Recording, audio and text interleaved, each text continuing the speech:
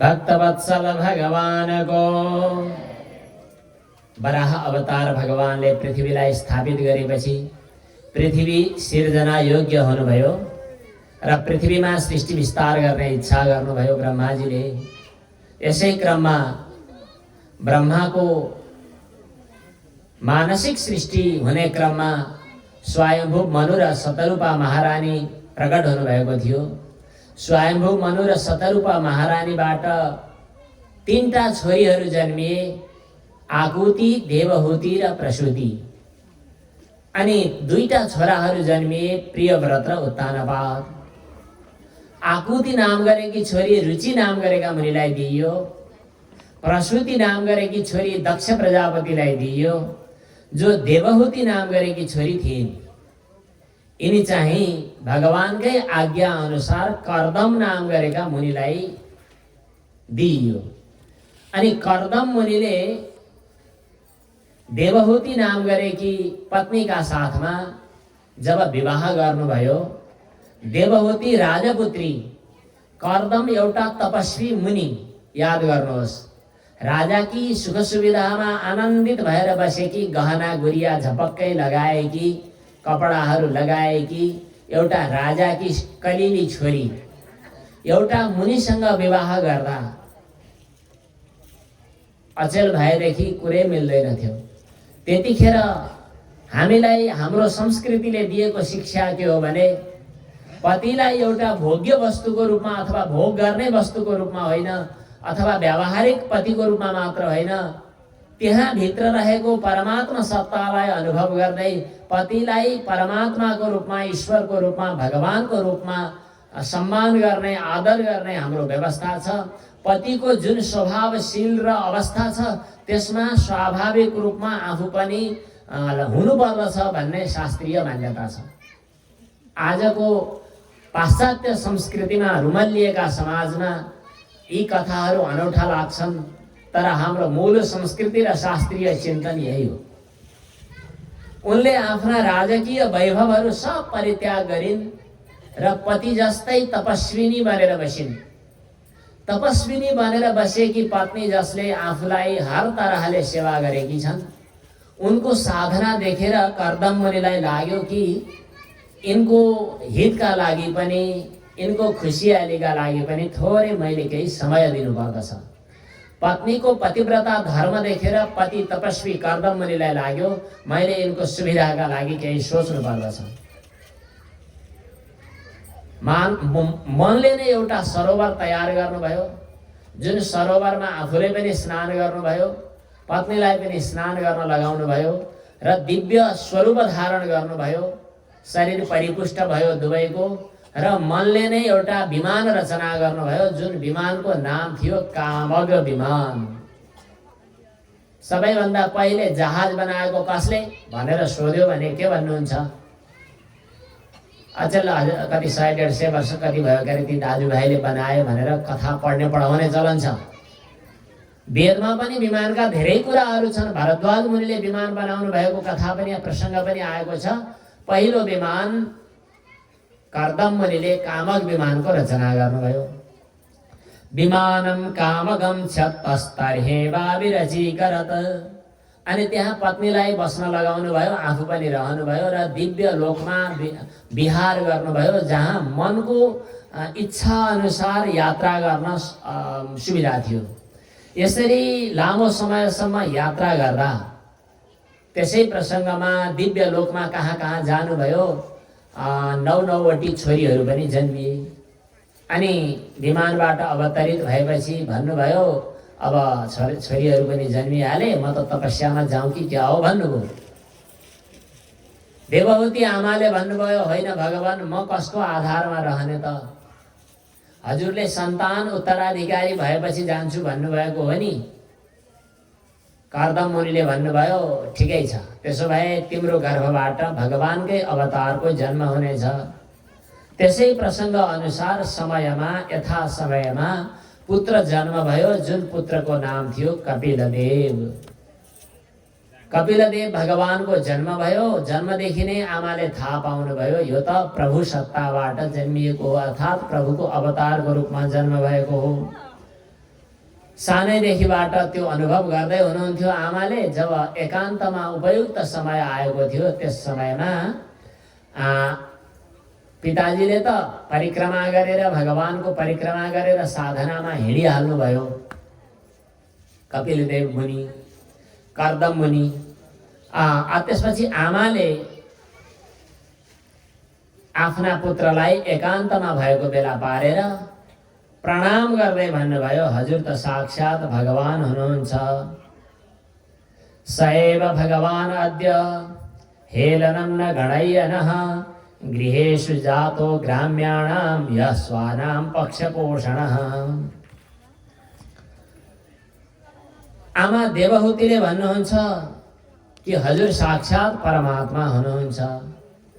मेरो धेरै जन्मको पुण्यपुञ्ज आज परिपक्व भयो, त्यस कारणले हजुरको दर्शन प्राप्त गरेँ। मैले धेरै जन्म यसै गरी बिताएँ। जन्म र मृत्युको चक्करमा म परिरहेकी छु। जन्मिने र मर्ने भइ नै रह्यो। यो जन्मिने र मर्नेको यो चक्करमा भौतारी रहँदा मलाई दिगदार लागिसक्यो। एउटै काम दिनदिनै गरिरहँदा त दिक्क पनि लाग्छ।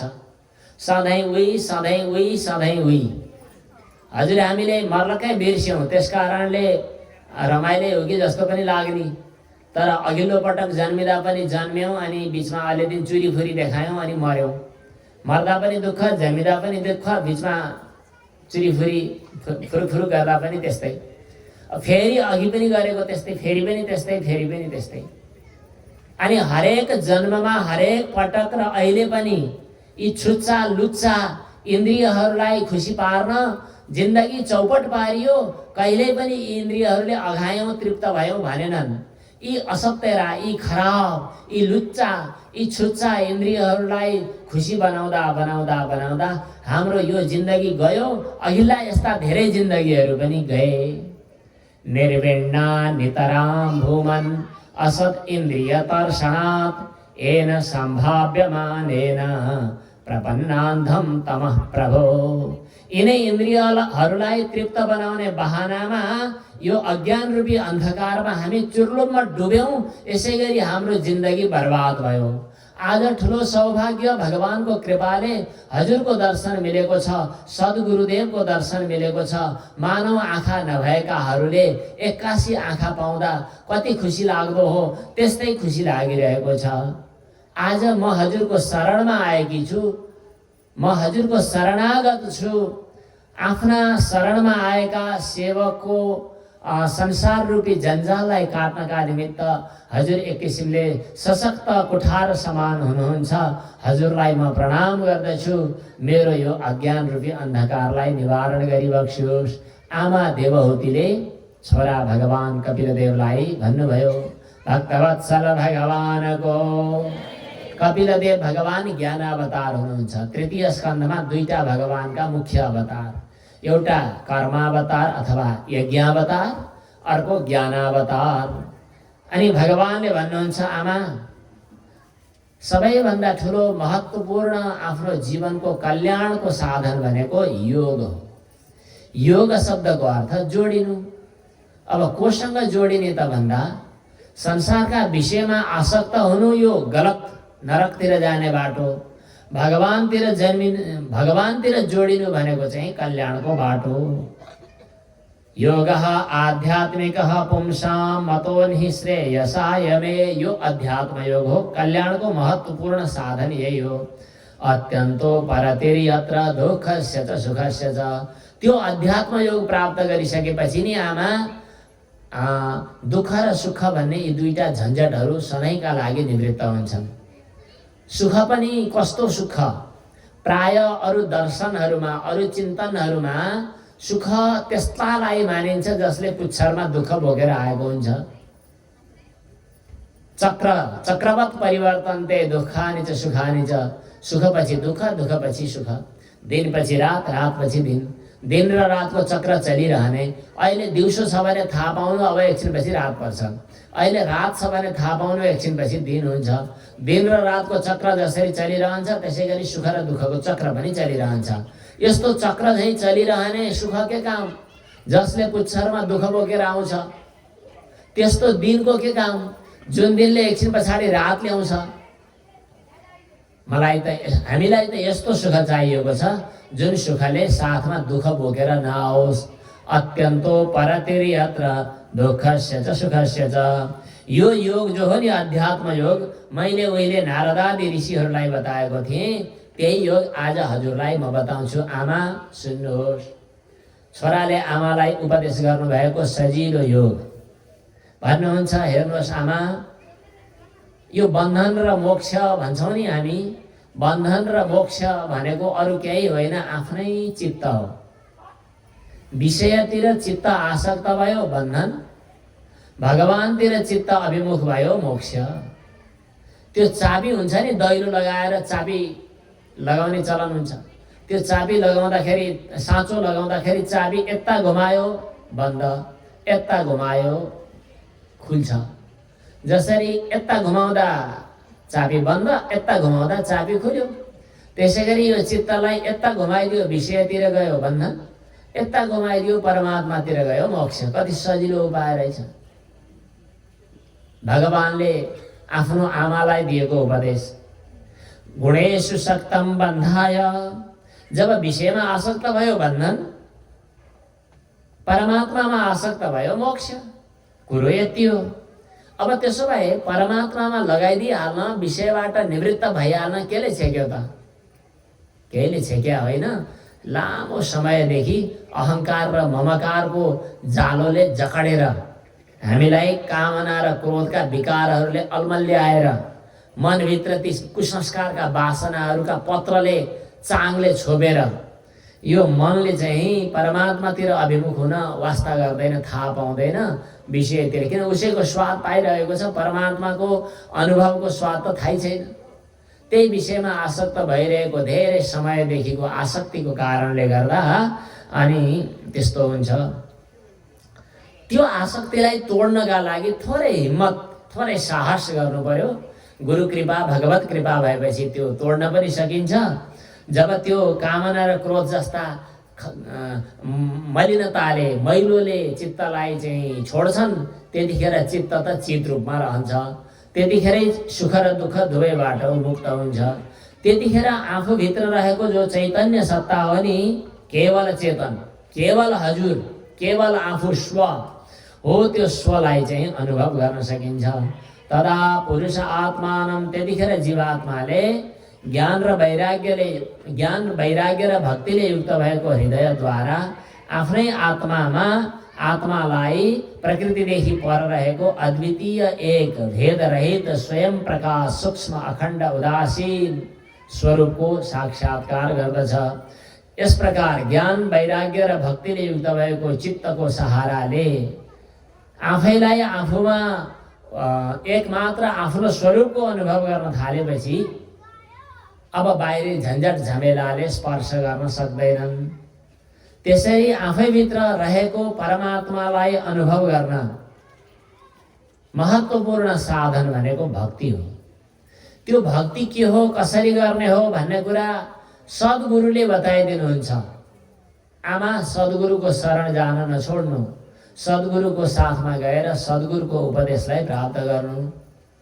आमाले भन्नुभयो सद्गुरुको लक्षण के हो, कस्तालाई सद्गुरु भनेर मान्ने भन्दा भन्नुहुन्छ, जुन गुरुदेव सहनशील हुनुहुन्छ, दयालु हुनुहुन्छ, सबै प्राणीहरूका निमित्त सधैँ भलो चिताइरहने सुहृद हुनुहुन्छ, अकारण करुणा वरुणालय पनि भनिन्छ, जसको वास्तवमा भित्र शत्रु कोही पनि छैनन्, शान्त यस्ता साधुहरू, जसको नजिकमा अझ सन्त महात्माको लक्षण, सद्गुरुदेवको लक्षण यस्तो हो कि जसको नजिकमा बस्दा चित्तमा साँच्चै निर्मलताको, साँच्चै शान्तिको अनुभव हुन्छ। जसको नजिकमा बस्दा आफ्नो चित्त चञ्चल बन्दैन, एकाग्रताको महसुस हुन्छ, त्यस्ता गुरुदेव सद्गुरुदेव हुनुहुन्छ। सद्गुरुको नजिकमा रहँदा भगवानका लीला चरित्रहरू सुन्ने मौका मिल्छ। अनि चित्तमाथि विजय कसरी प्राप्त गर्ने भन्ने कुरा पनि थाहा हुन्छ। भगवानको सेवा, आराधना, भगवान प्रतिको समर्पण, भगवान प्रतिको चित्तको एकाग्रता कसरी हुन्छ भन्ने कुरा पनि थाहा हुन्छ। सन्तहरूको सङ्गत गर्नु। चित्तलाई आसक्ति रहित बनाउनु परेको छ। आसक्ति रहित बनाउनका लागि एउटा आसक्ति टुटाउनका लागि अर्कोतिर आसक्त बनाइदिनु पर्यो। विषयको आसक्ति हटाउनका लागि सन्त महात्माहरूको सान्निध्यको आसक्ति आवश्यक छ। यसरी सन्त महात्मा सद्गुरुदेव सत्पुरुषहरूको समागम भयो भने त्यस्ता व्यक्तिहरूले भगवत कथा श्रवण गर्दछन्। भगवत कथा श्रवण गर्दा गर्दै हृदयमा गदगद एउटा भाव आउँछ। बद्धेनाञ्जलिना नतेन शिरसा, अभिमान समाप्त हुन्छ, शिर झुक्छ। सद्गुरुदेवको नजिकमा गएपछि शिर नझुकाइकन, प्रणाम नगरिकन अगाडिका प्रसङ्गहरू आउँदैनन्। प्रणाम गर्न थालिसकेपछि नै अभिमान चूर्ण चूर्ण भएर जान्छ र जानु पर्दछ।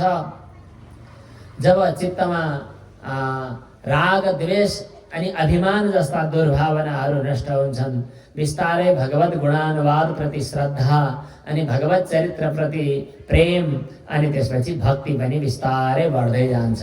भक्ति भनेको अरू केही अनौठो चिज केही पनि होइन, प्रेम नै हो। तर प्रेम हामीले विषयमा गर्यौं, गलत ठाउँमा गर्यौं, त्यसकारणले त्यो अशुद्ध भयो। त्यसकारणले प्रेम गर्नु गलत हो जस्तो पनि भयो। तर त्यही प्रेम यदि सच्चा उद्देश्य गरेर सच्चा ठाउँमा गर्यौं भने, परमात्मामा गर्यौं भने, परम प्रेमास्पद प्रभु हुनुहुन्छ, त्यस्ता परम प्रेमास्पद प्रभुमा गर्यौं भने त्यही प्रेम नै भक्तिको रूपमा रूपान्तरित हुन्छ। जब भक्ति हृदयमा दृढ हुन थाल्यो, निरन्तर हुन थाल्यो, त्यसपछि चाहिँ संसारका विषयहरूप्रति वैराग्य गरिरहन्छु भन्नु पर्दैन। स्वाभाविक रूपमा राग निवृत्त हुन्छ। श्रीमद् भागवतले त विषयप्रति वैराग्य गर्नु पर्यो भनेर आग्रह गर्नबाट टाउको दुखाइरहन पनि जरुरी छैन। स्वाभाविक रूपमा भगवान प्रतिको अनुराग बन्दछ। भगवान प्रतिको अनुराग भएपछि विषयप्रतिको विराग स्वतः बन्दछ। भक्त्या पुमान जात विराग ऐन्द्रियात् दृष्ट श्रुतात् मद रचनानुचिन्तया चित्तस्य यत्तो ग्रहणे योग युक्तो यतिष्यते ऋजुभिर्योग मार्गैः। यस प्रकार चित्तको निग्रह पनि स्वाभाविक रूपमा हुन्छ र स्वाभाविक रूपमा भगवानमा जब सुदृढ भक्ति बन्दछ त्यसपछि आफैभित्र परमात्माको अनुभव हुन थाल्छ। भनेपछि देवहूति आमाले भन्नुभयो यो भक्ति कस्तो हुन्छ, भक्ति भनेको के हो, कसरी गर्ने हो, यो पनि आज्ञा होस् भनेपछि भगवान कपिलदेवले आज्ञा गर्नुहुन्छ। भक्ति भनेको हाम्रा इन्द्रियहरूले हरेक इन्द्रियद्वारबाट बाहिर प्रवाहित हुन्छन्। जहाँ जहाँ प्रवाहित हुन्छन् त्यही त्यही भगवानको अनुभव गर्नु, यही हो भक्ति। जसरी अब यसका लागि थोरै हाम्रो एकपटक महाराज श्री देवघाट गएको बेला वेदान्त परिभाषा हेर्ने इच्छा छ भन्ने आज्ञा भएको थियो। वेदान्त परिभाषामा चित्तका वृत्तिको प्रसङ्ग आएको छ। वृत्ति जसरी यो रात्रिको समयमा बत्ती बाल्यो, त्यो बत्तीको प्रकाश पुवालबाट बाहिर निस्किन्छ र जहाँ त्यो प्रकाश पर्यो त्यति ठाउँलाई उज्यालो बनाउँछ। बत्तीको प्रकाश आफूलाई ढाकेको ढक्कनको पुवालबाट बाहिर निस्किएर कुनै वस्तुमा ठोकिन्छ, जहाँ ठोकिन्छ त्यति वस्तुलाई प्रकाशित गर्दछ। जसरी त्यसै गरी हामी भित्र एउटा अन्तःकरणावच्छिन्न चैतन्य, अन्तःकरण भनेको मन बुद्धि चित्त अहङ्कारको समष्टि, अनि त्यसपछि बाहिरपट्टि विषय छ।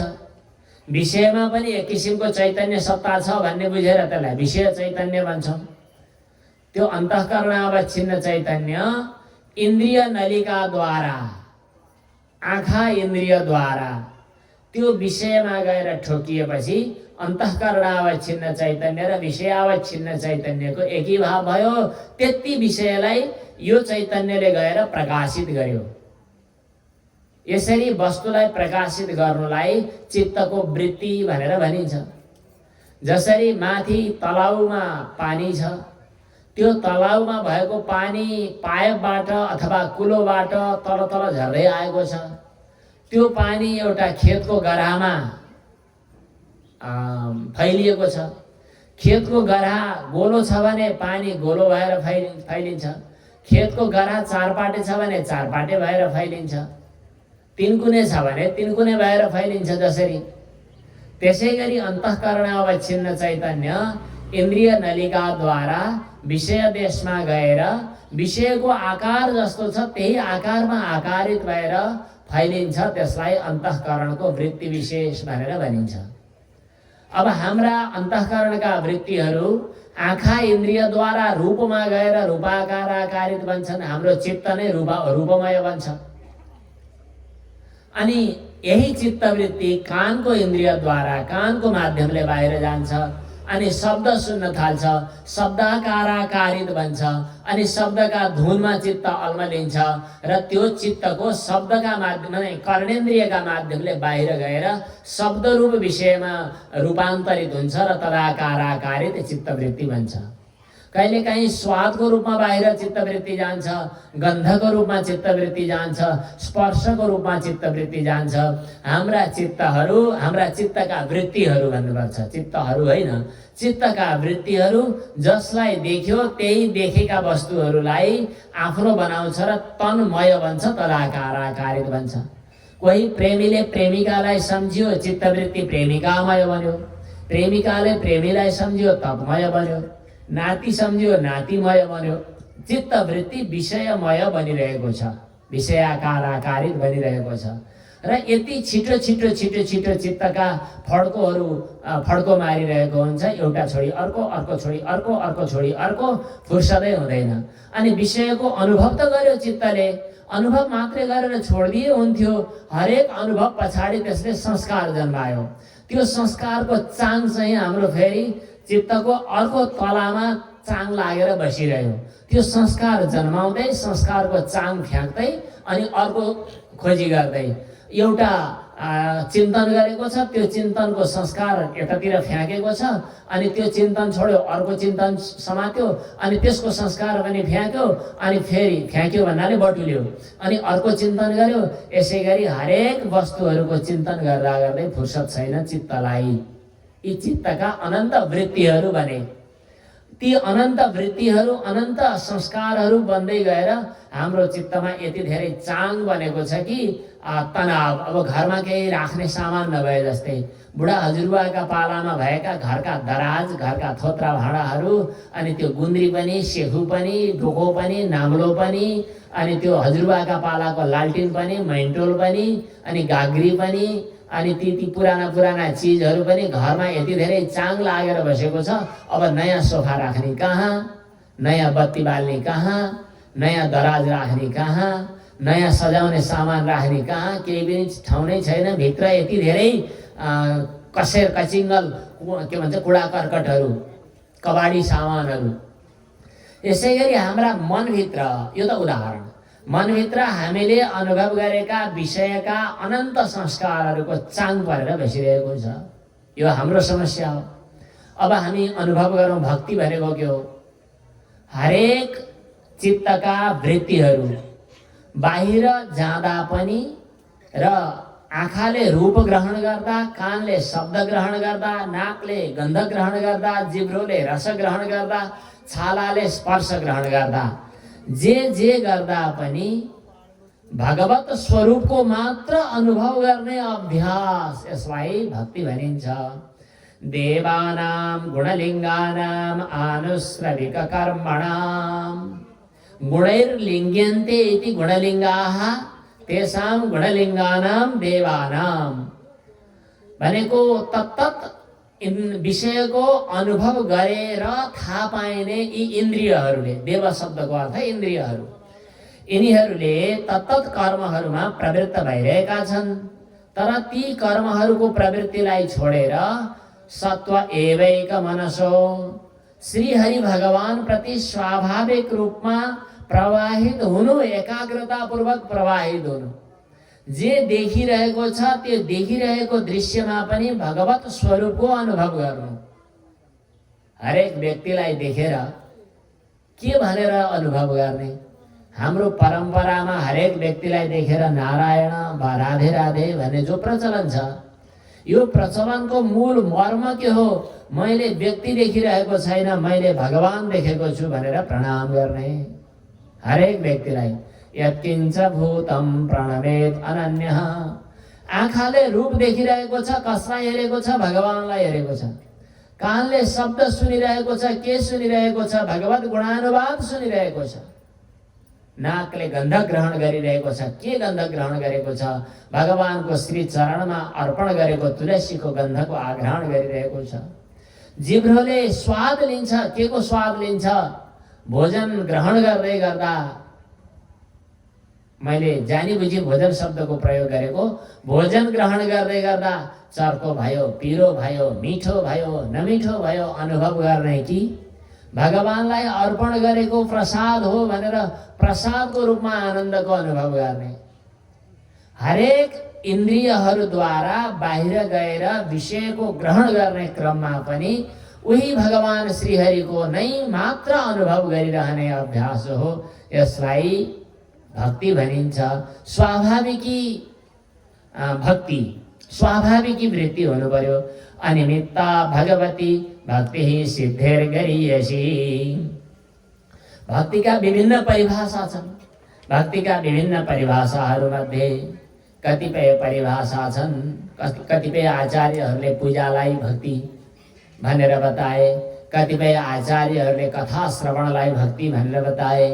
देवर्षि नारद मुनिले भन्नुभयो, सातु अस्मिन् परम प्रेम रूपा अमृत रूपा छ सा परानुरक्ति ईश्वरे।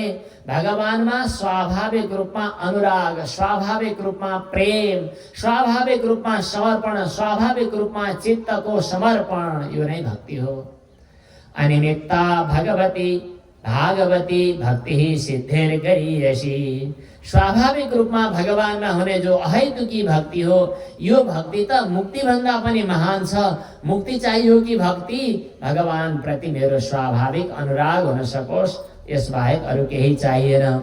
यदि यसरी भगवान प्रतिको स्वाभाविक अनुराग हाम्रो हृदयमा बन्न थाल्यो भने, अघि हामीले भनेका थियौं नि, हाम्रा जन्म जन्मान्तर कल्प कल्पान्तर युग युगान्तरदेखि सङ्कलन गरेका यी कबाडी सामानहरू, मनभित्रका कुसंस्कारहरू, दुस्संस्कारहरू, यी सम्पूर्ण संस्कारहरूलाई त्यही भक्तिले नै जलाइदिन्छ।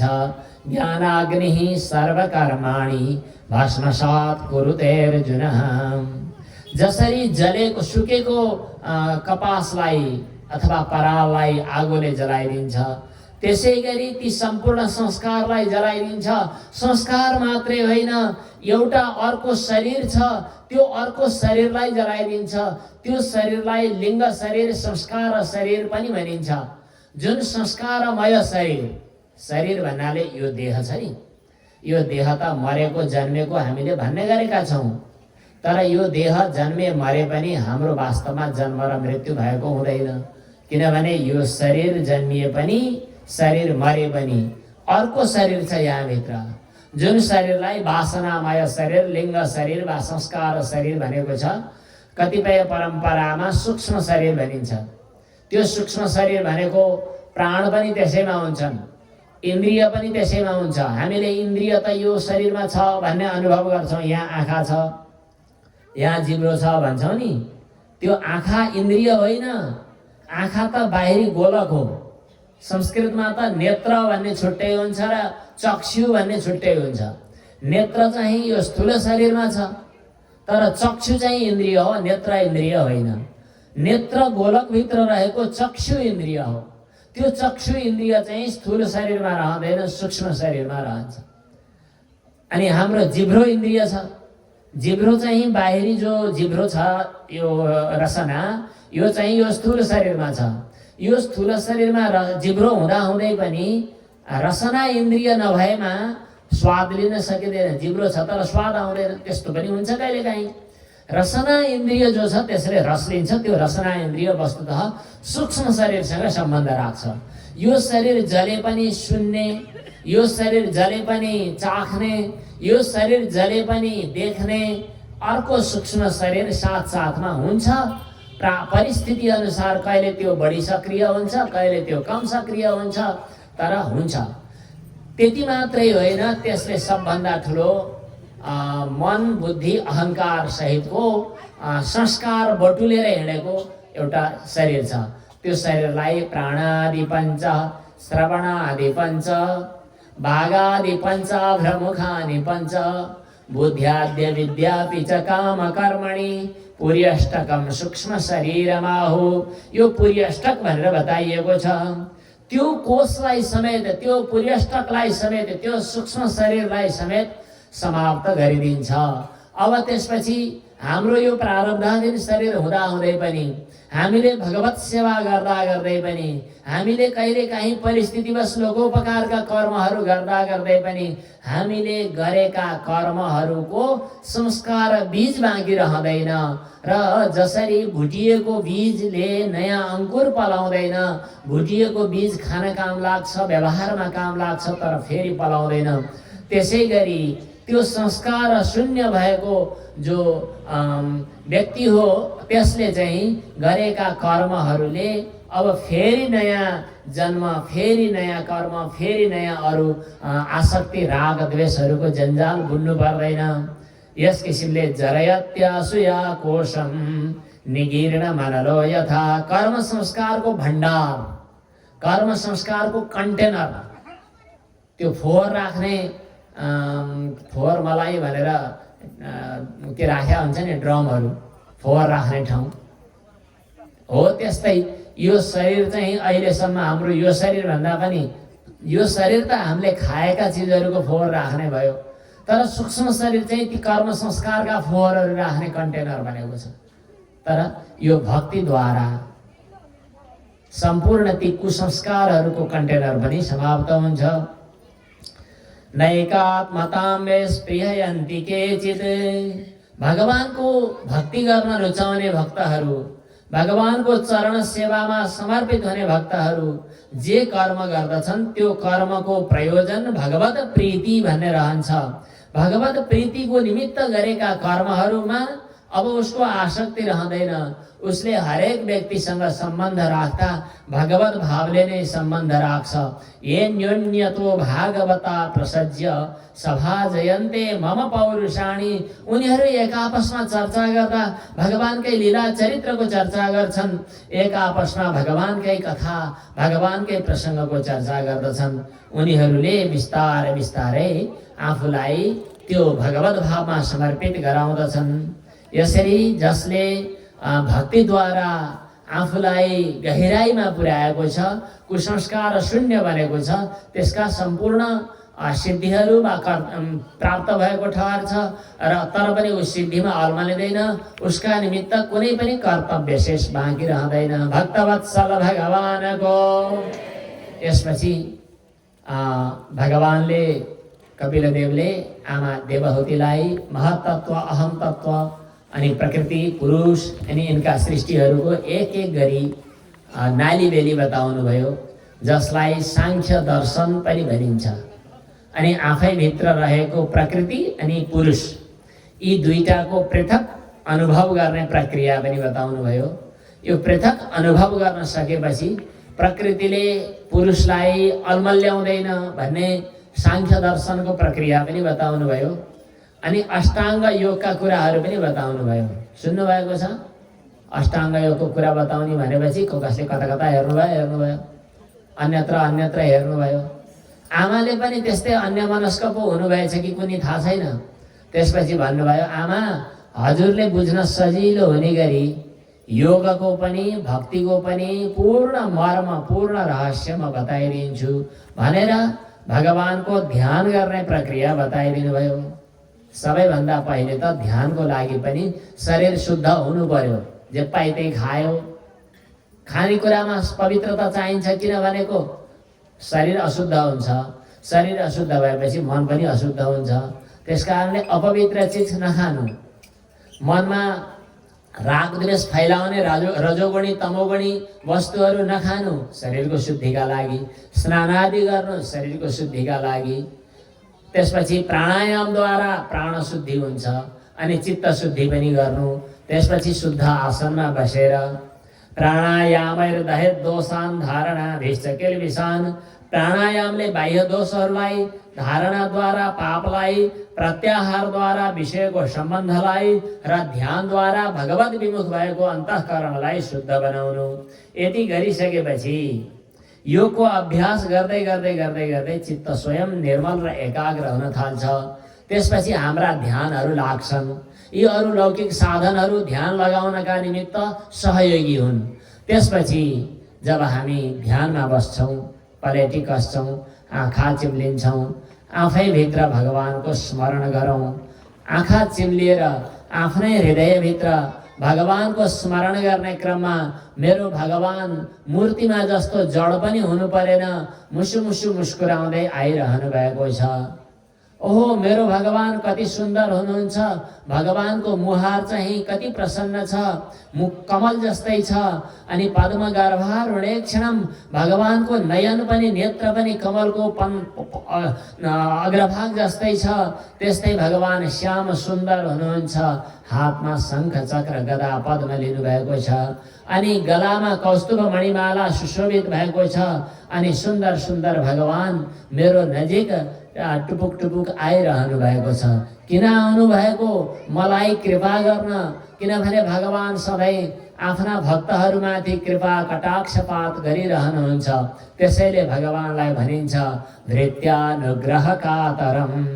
अनि भगवानलाई जब नजिकमा आइरहेको देखिन्छ, देखेपछि आसनमा विराजमान गराउने, हृदयभित्रै भगवानका निमित्त सुन्दर दिव्य सिंहासन सुवर्णमय जसमा सुकोमल आसन बिछाइएको छ, त्यस्तो आसनमा भगवानलाई विराजमान गराइसकेपछि भगवानको सेवा अर्चना गर्ने, भगवानको सेवा पूजाको प्रक्रिया, भगवानका लागि पाउमा जल चढाउने, हातमा अर्घ्य 2 पटक चढाउने, मुखमा आचमनीय 3 पटक चढाउने, भगवानका लागि स्नानका निमित्त जल, गंगा जल अनि पञ्चामृत अनि दिव्य सुगन्धित जलहरू, अनि भगवानका निमित्त दिव्य वस्त्र, यज्ञोपवीत, दिव्य तिलक चन्दन र भगवानका निमित्त दिव्य माला, दिव्य अक्षतहरू, भगवानका निमित्त धूप दीप नैवेद्य पूजन गरेपछि भगवानका एक एक अङ्गको ध्यान गर्ने।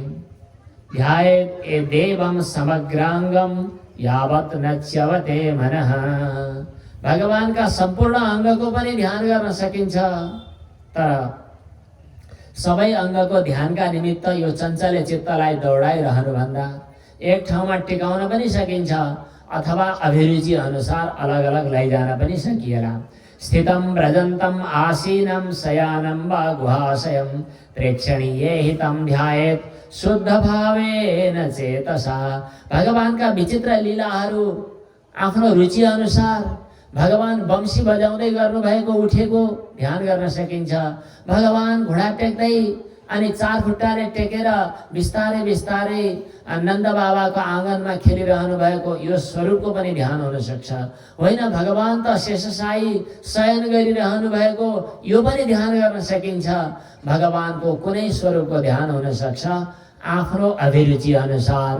भगवानले त मनोमयी आफ्नो मूर्ति पनि प्रकट गर्नुहुन्छ, भगवानले त्यस्तो स्वरूप लिनुहुन्छ, भक्तले जस्तो स्वरूपको भगवानको ध्यान गर्दछन्। प्रेक्षणीये हितं ध्यायेत् शुद्ध भावेन चेतसा। विशुद्ध भावयुक्त चित्तले भगवानको तत्त स्वरूपको ध्यान गर्ने र एक एक अङ्गमा भगवानको चरण कमलदेखि लिएर मुहारसम्मको ध्यान गर्ने। अरू सबै ध्यान गर्न सम्भव नहुन सक्छ। हामी त धेरै माथि ध्यान गर्ने योग्य अधिकारी छैन होला। हाम्रो निमित्त त भगवानको श्री चरणको ध्यान नै काफी छ। भगवानको चरण कमलको ध्यान।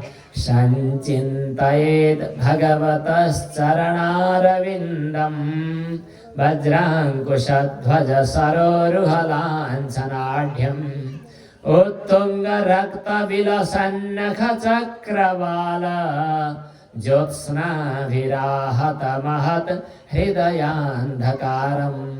मेरो भगवानको चरण कमल, जुन चरण कमलको पछाडिपट्टि पैतालापट्टि वज्र अंकुश ध्वजा र कमल जस्ता चिन्हहरू सुशोभित भइरहेका छन्।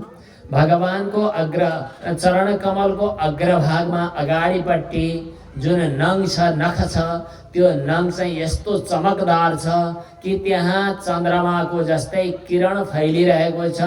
भगवानको त्यो चरण कमलबाट, चरण कमलको नखमणि चन्द्रिकाबाट बाहिर प्रकट भएको उज्यालोले, प्रकाशले मेरो हृदयभित्र रहेको जन्म जन्मान्तरदेखिको अज्ञान रूपी अन्धकार जो हो त्यो अन्धकारलाई नष्ट गरिरहेको छ। उत्तुङ्ग उचो उचो भगवानको चरण कमलको ढङ रक्त विलसत लाल लाल वर्णको छ, सुशोभित छ।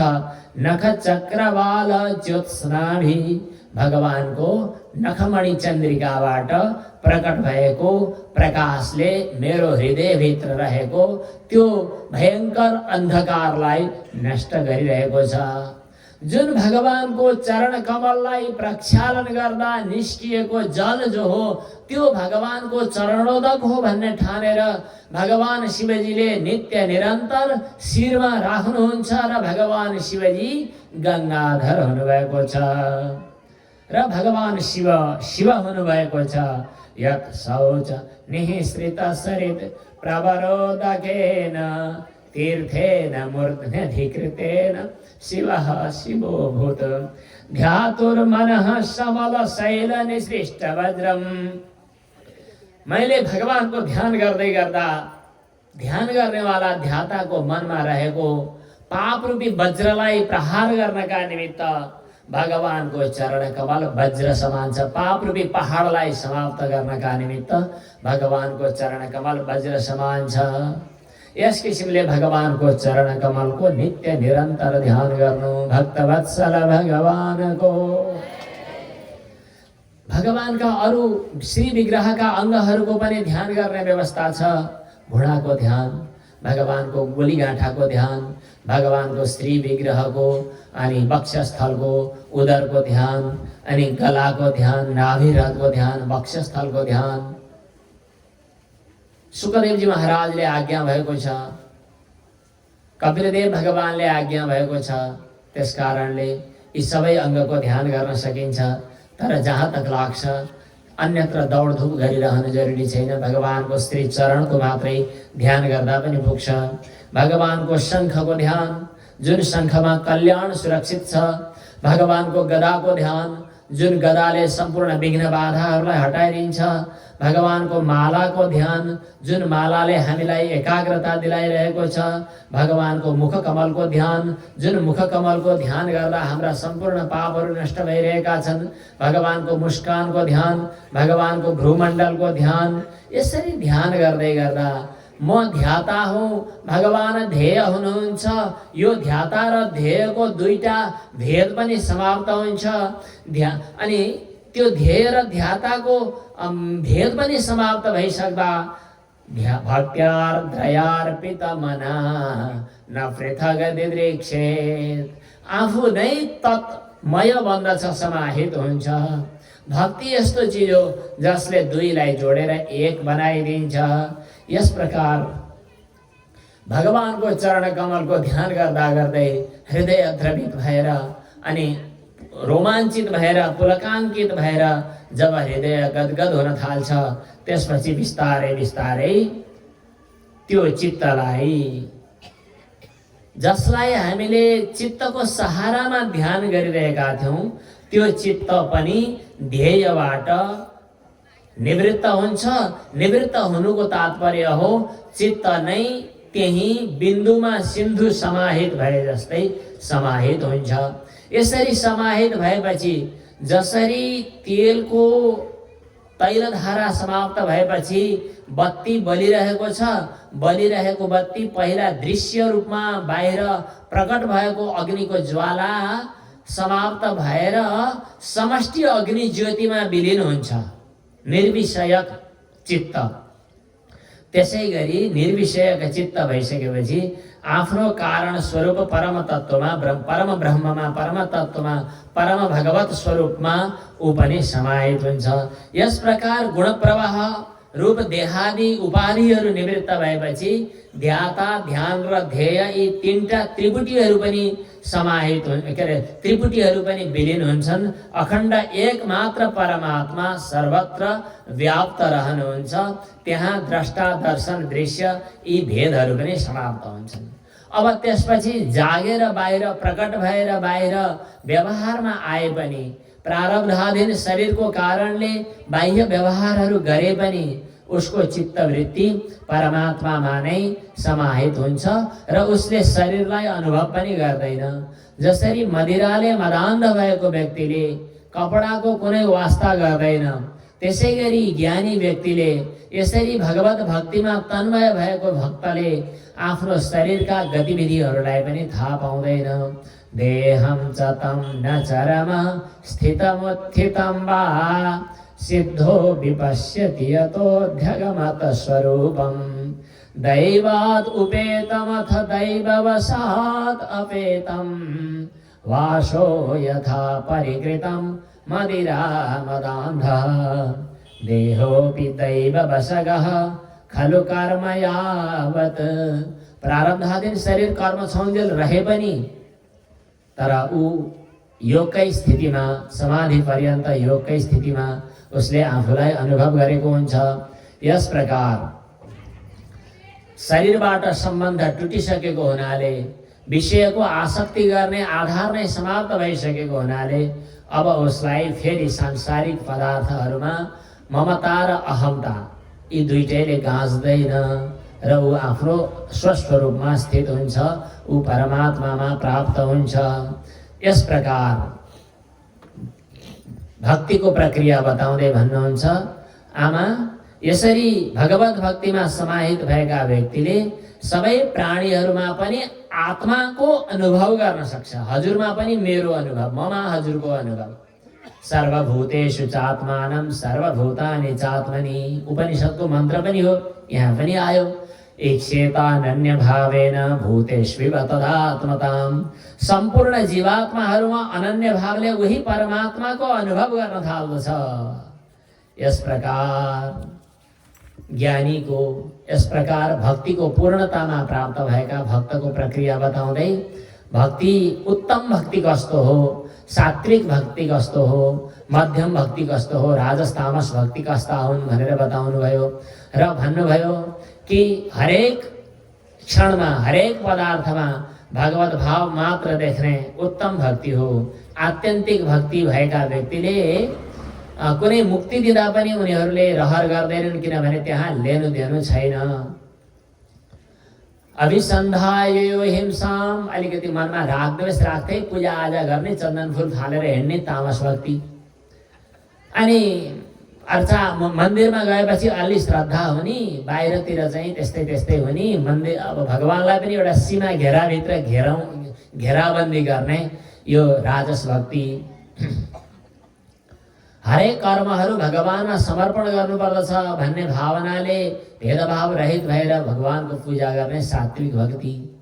हरेक क्षण भगवत गुणानुस्मृतिमा नै तल्लीन हुने चाहिँ, जसरी समुद्रमा गङ्गाको, नदीको प्रवाह एक टक गएको गई गर्दछ, त्यसै गरी हर तरहले भगवानमा मनोवृत्ति लागिरहनु अति उत्तम भक्ति। यस प्रकार भक्तिको तारतम्य पनि बताउनु भयो, समयको गति पनि बताउनु भयो।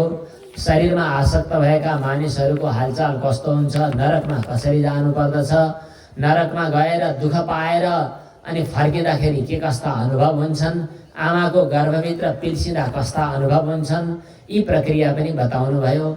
अनि हामी मरेपछि सामान्यतया जाने दुईटा बाटो, एउटा धूम मार्ग, एउटा ज्योतिर्मार्ग। धूम मार्गबाट जानेहरूको गति पुनरावर्तन हुन्छ, फर्किएर आउनुपर्छ। छिडे पुण्य मर्त्यलोकम विसन्ति। अर्चिरादि मार्गबाट जानेहरूको गति चाहिँ फर्किनु पर्दैन, उनीहरू भगवानका दिव्य लोकहरूमा जान्छन्।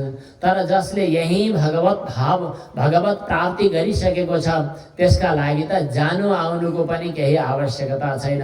न तस्य प्राणा उत्क्रामन्ति यैव समबलीयते इत्यादि प्रसङ्गहरू पनि बताउनु भयो। र भक्ति योग सर्वोत्कृष्ट हो भन्दै यो ज्ञान, यो रहस्य आमा जोसुकैलाई भन्ने होइन, बुझेको भन्नु।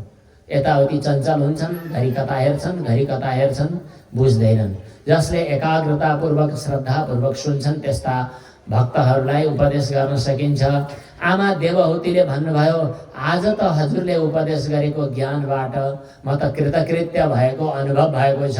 अब मलाई यो शरीरको र शरीरका विषय सम्बन्धित विषयहरूको भान नभइरहेको अवस्था छ। यो कृतकृत्य बनाइदिनु भएकोमा सद्गुरुदेव प्रति आभार प्रकट गरेर के सकिन्छ र म त हजुरलाई प्रणाम गर्दछु, त्यसबाहेक म के पो गर्न सक्छु। जसको जिब्रोमा भगवानको नाम नित्य निरन्तर रहन सक्यो, जसले आफूलाई भगवत भक्तिमा समर्पित गर्न सक्यो, त्यस्तो व्यक्ति त चाण्डालै भए पनि पूज्य हुन्छ। अहो वत स्वपचोतो गरीयान् यज्जुह्वाग्रे वर्तते नाम तुभ्यं ते पुस्तपस्ते जुहुभुः सस्नुरार्या ब्रह्मानुचुर्नाम गृह्णन्ति एते। हजुरको चरणमा म शरणागत भएकी छु भनेर प्रणाम गर्नुभयो। त्यसपछि कपिलदेवले अन्तिम उपदेश पनि गर्नुभयो र साधनाको लागि जान आज्ञा दिनुभयो। ज्ञात तत्त्वाप्यभुन्नष्टे कपिलदेव भगवान गंगा सागरमा बसेर नित्य निरन्तर तत्त्वको सांख्य विद्याको उपदेश गर्नुभएको छ। कपिलदेवजी गइसकेपछि यद्यपि तत्त्वज्ञान प्राप्त भइसकेको थियो, तर आमालाई अलिकति चिन्ता भयो एकछिन, तर त्यो चिन्ता क्षणिक थियो। भगवानकै ध्यान गर्दै भगवानमै आफूलाई समाहित गरेर देवहुतीले पनि मुक्ति प्राप्त गर्नुभयो। भक्तवत्सल भगवानको यस प्रकार तृतीय स्कन्ध पूर्ण भयो। यो चाहिँ सर्ग स्कन्ध हो। सर्ग स्कन्धमा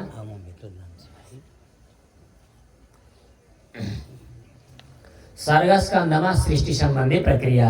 अब यो सृष्टिको विस्तारका लागि विसर्ग स्कन्ध, विसर्ग स्कन्ध हो चतुर्थ स्कन्ध। चतुर्थ स्कन्धमा महत्त्वपूर्ण चारवटा प्रसङ्ग छन्।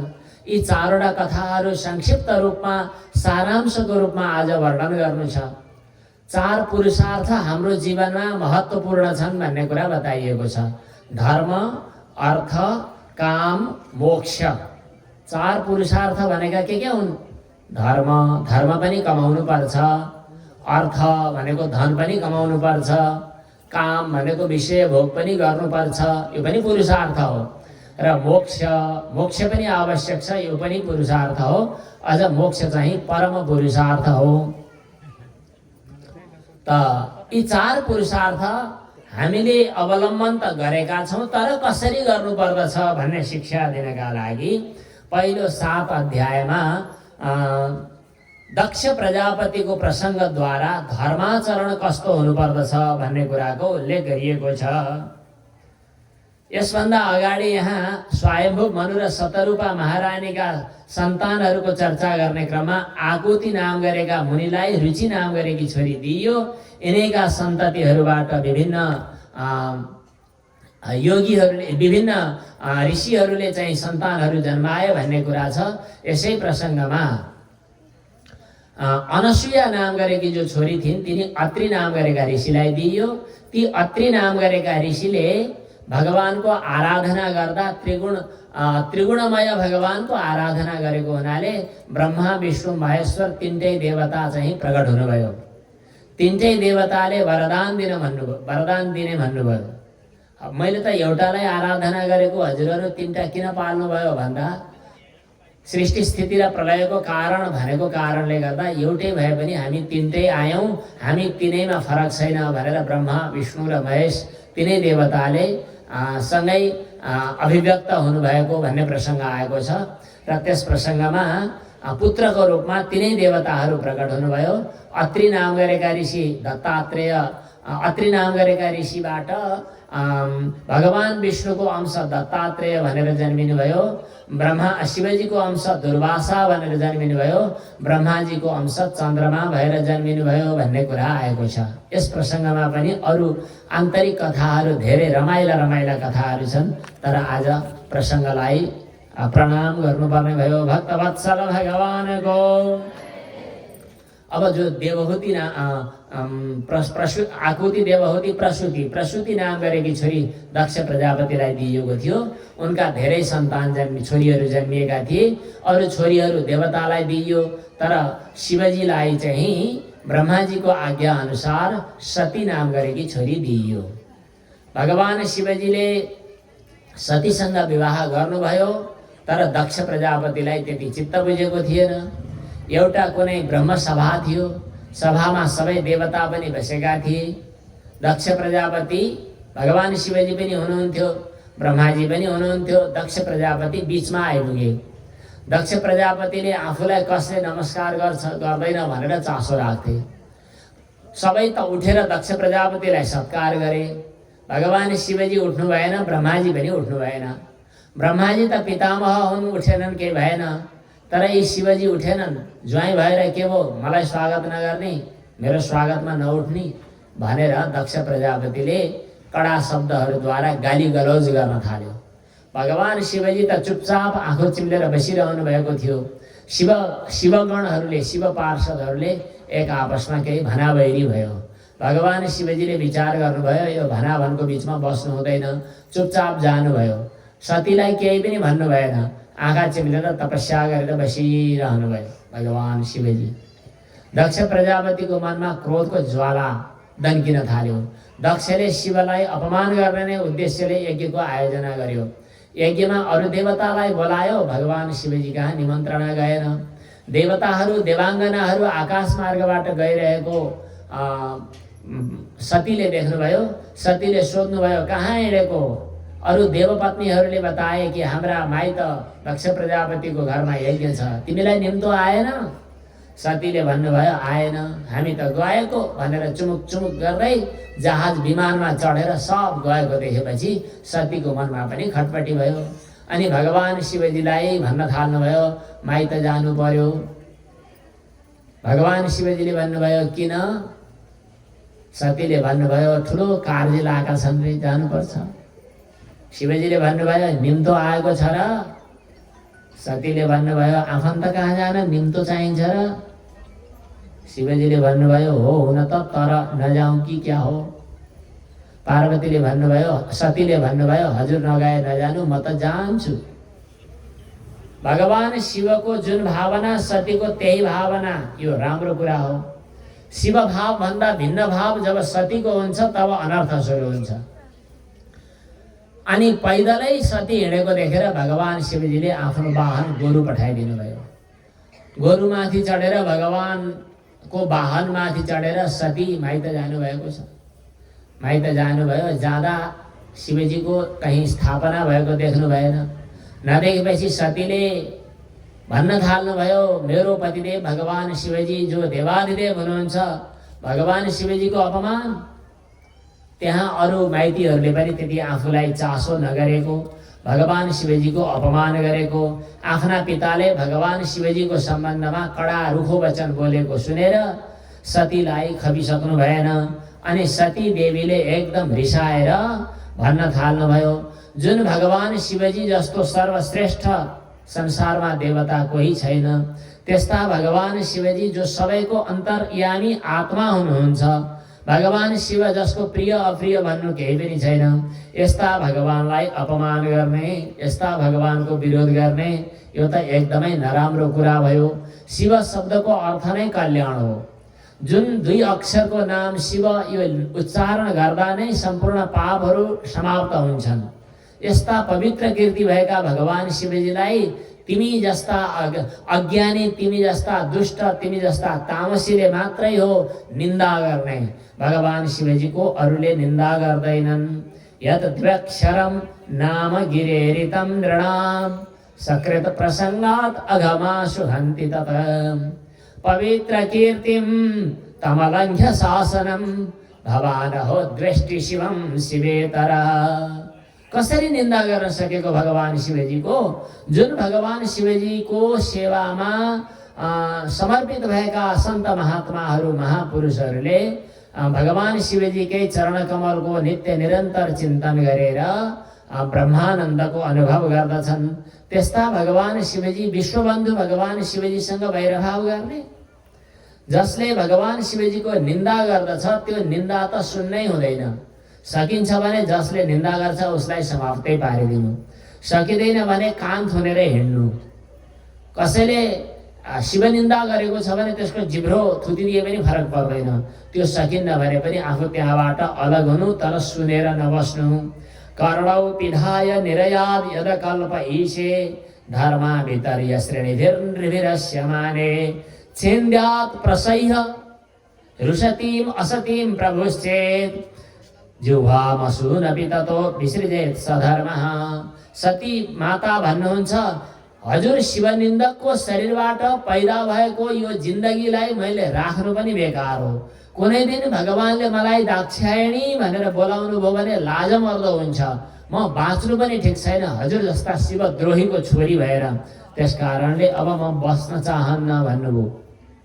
त्यसपछि समाधि बस्नुभयो, समाधिबाट योगाग्नि प्रकट गर्नुभयो र त्यही योगरूपी अग्निमा योग साधना गर्दा धपक्क बलेको अग्निमा आफूलाई त्यही समाप्त गरिदिनु भयो। यस प्रकार सतीजीको अग्निमा देह भस्म भयो। भगवान शिवजीले समाधिमा बसिरहनु भएको थियो, केही थाहा पाए झैँ गर्नुभएको थिएन। देवर्षि नारद मुनि पुग्नुभयो र भन्नुहुन्छ, माताजी खोइ त नि। भगवान शिवजीले भन्नुभयो, माइत गएकी छन्। नारद मुनिले भन्नुभयो, गएकी छन् कि गएकी थिइन्, हालचाल थाहा छैन। भगवान शिवजीले भन्नुभयो, के छ र कुरोकानी के हो? नारद मुनिले भन्नुभयो, नहुने कुरो भइसक्यो भोले बाबा, हजुरलाई त थाहै नै छैन। के भयो?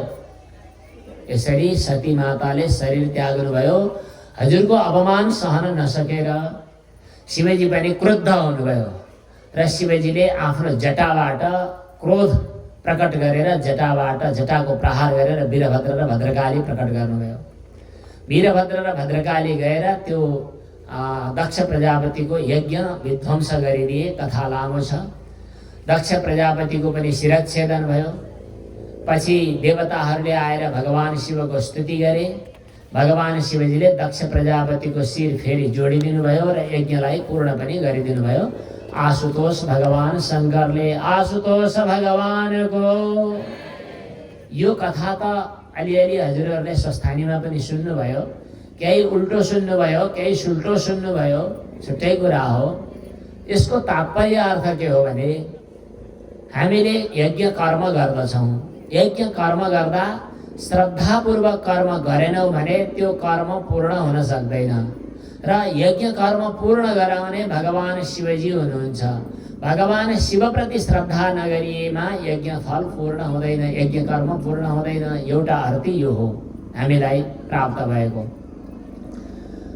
किनभने शास्त्रकारले बताउनु भएको छ, दक्ष प्रजापति भनेको लटरपटर होइन, जान्ने सुन्ने व्यक्ति।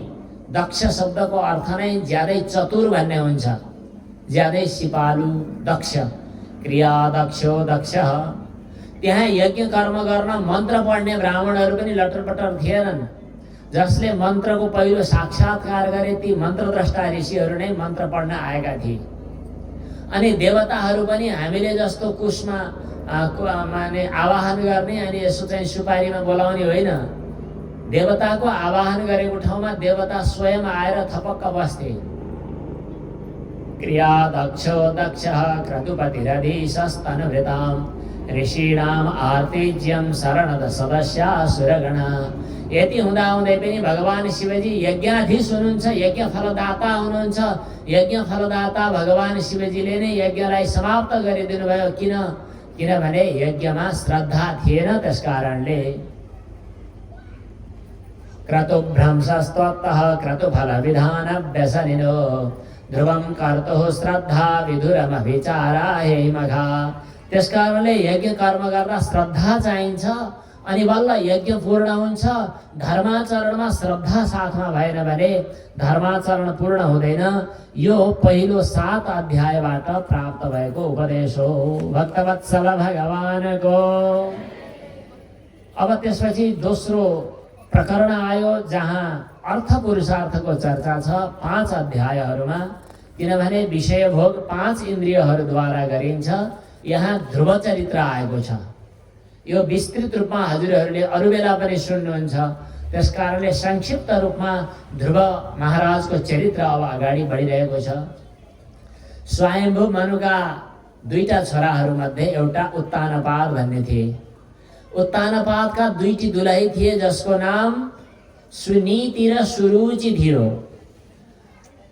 यी कथाको एउटा अर्को पाटो पनि छ, जुन कथाले हामीलाई हाम्रो जीवनमा पनि शिक्षा दिएको छ, हामीलाई खबरदार गरेको छ, हामीलाई मार्गदर्शन गरेको छ। उत्तानपाद शब्दको अर्थ सुनेर कतिपय व्यक्तिहरूले अर्थ लगाउँछन् कि जन्मिने बेला जीवात्माहरू उधोमुन्टो लाएर जन्मिन्छन्, त्यसकारणले हजुर हामी जीवात्मा सबै उत्तानपाद। जन्मिने बेला उधोमुन्टो माथि पाइताला घोप्टे मुन्टो लाएर जन्मिएपछि उत्तानपाद भएन। अनि उत्तानपादका दुईटा पत्नी छन् जसको नाम सुरुचि र सुनीति। सुरुचि भनेको राम्रो राम्रो रुचाउने, राम्रो गहना, राम्रो कपडा, राम्रो साडी, चमक, अनि चमक चमक, चुमुक चुमुक यसो भन्नुपर्छ। चुमुक चुमुक चुरीफुरी मन पराउने प्रवृत्ति जो हो त्यो चाहिँ सुरुचि। समाजमा नारीहरूको स्वभाव पनि दुई किसिमको छ। कतिपय नारीहरू त्यस्तै चञ्चल चमक चमक चुमुक चुमुकहरू हुन्छन्। कतिपय नारीहरू गर्नुपर्ने कर्तव्य के हो भन्ने कुरा बुझ्छन्, त्यो चञ्चलता काम छैन, त्यो क्षणिक वैभव काम छैन, नीतिको अवलम्बन गर्नुपर्दछ, धर्मको आश्रय गर्नुपर्दछ भन्ने पनि हुन्छन्। हाम्रा मनमा पनि त्यस किसिमका वृत्ति हुन्छन्। सुरुचि पनि एउटा वृत्ति हो जसले राम्रा कुरा मात्रै रुचाउँछ।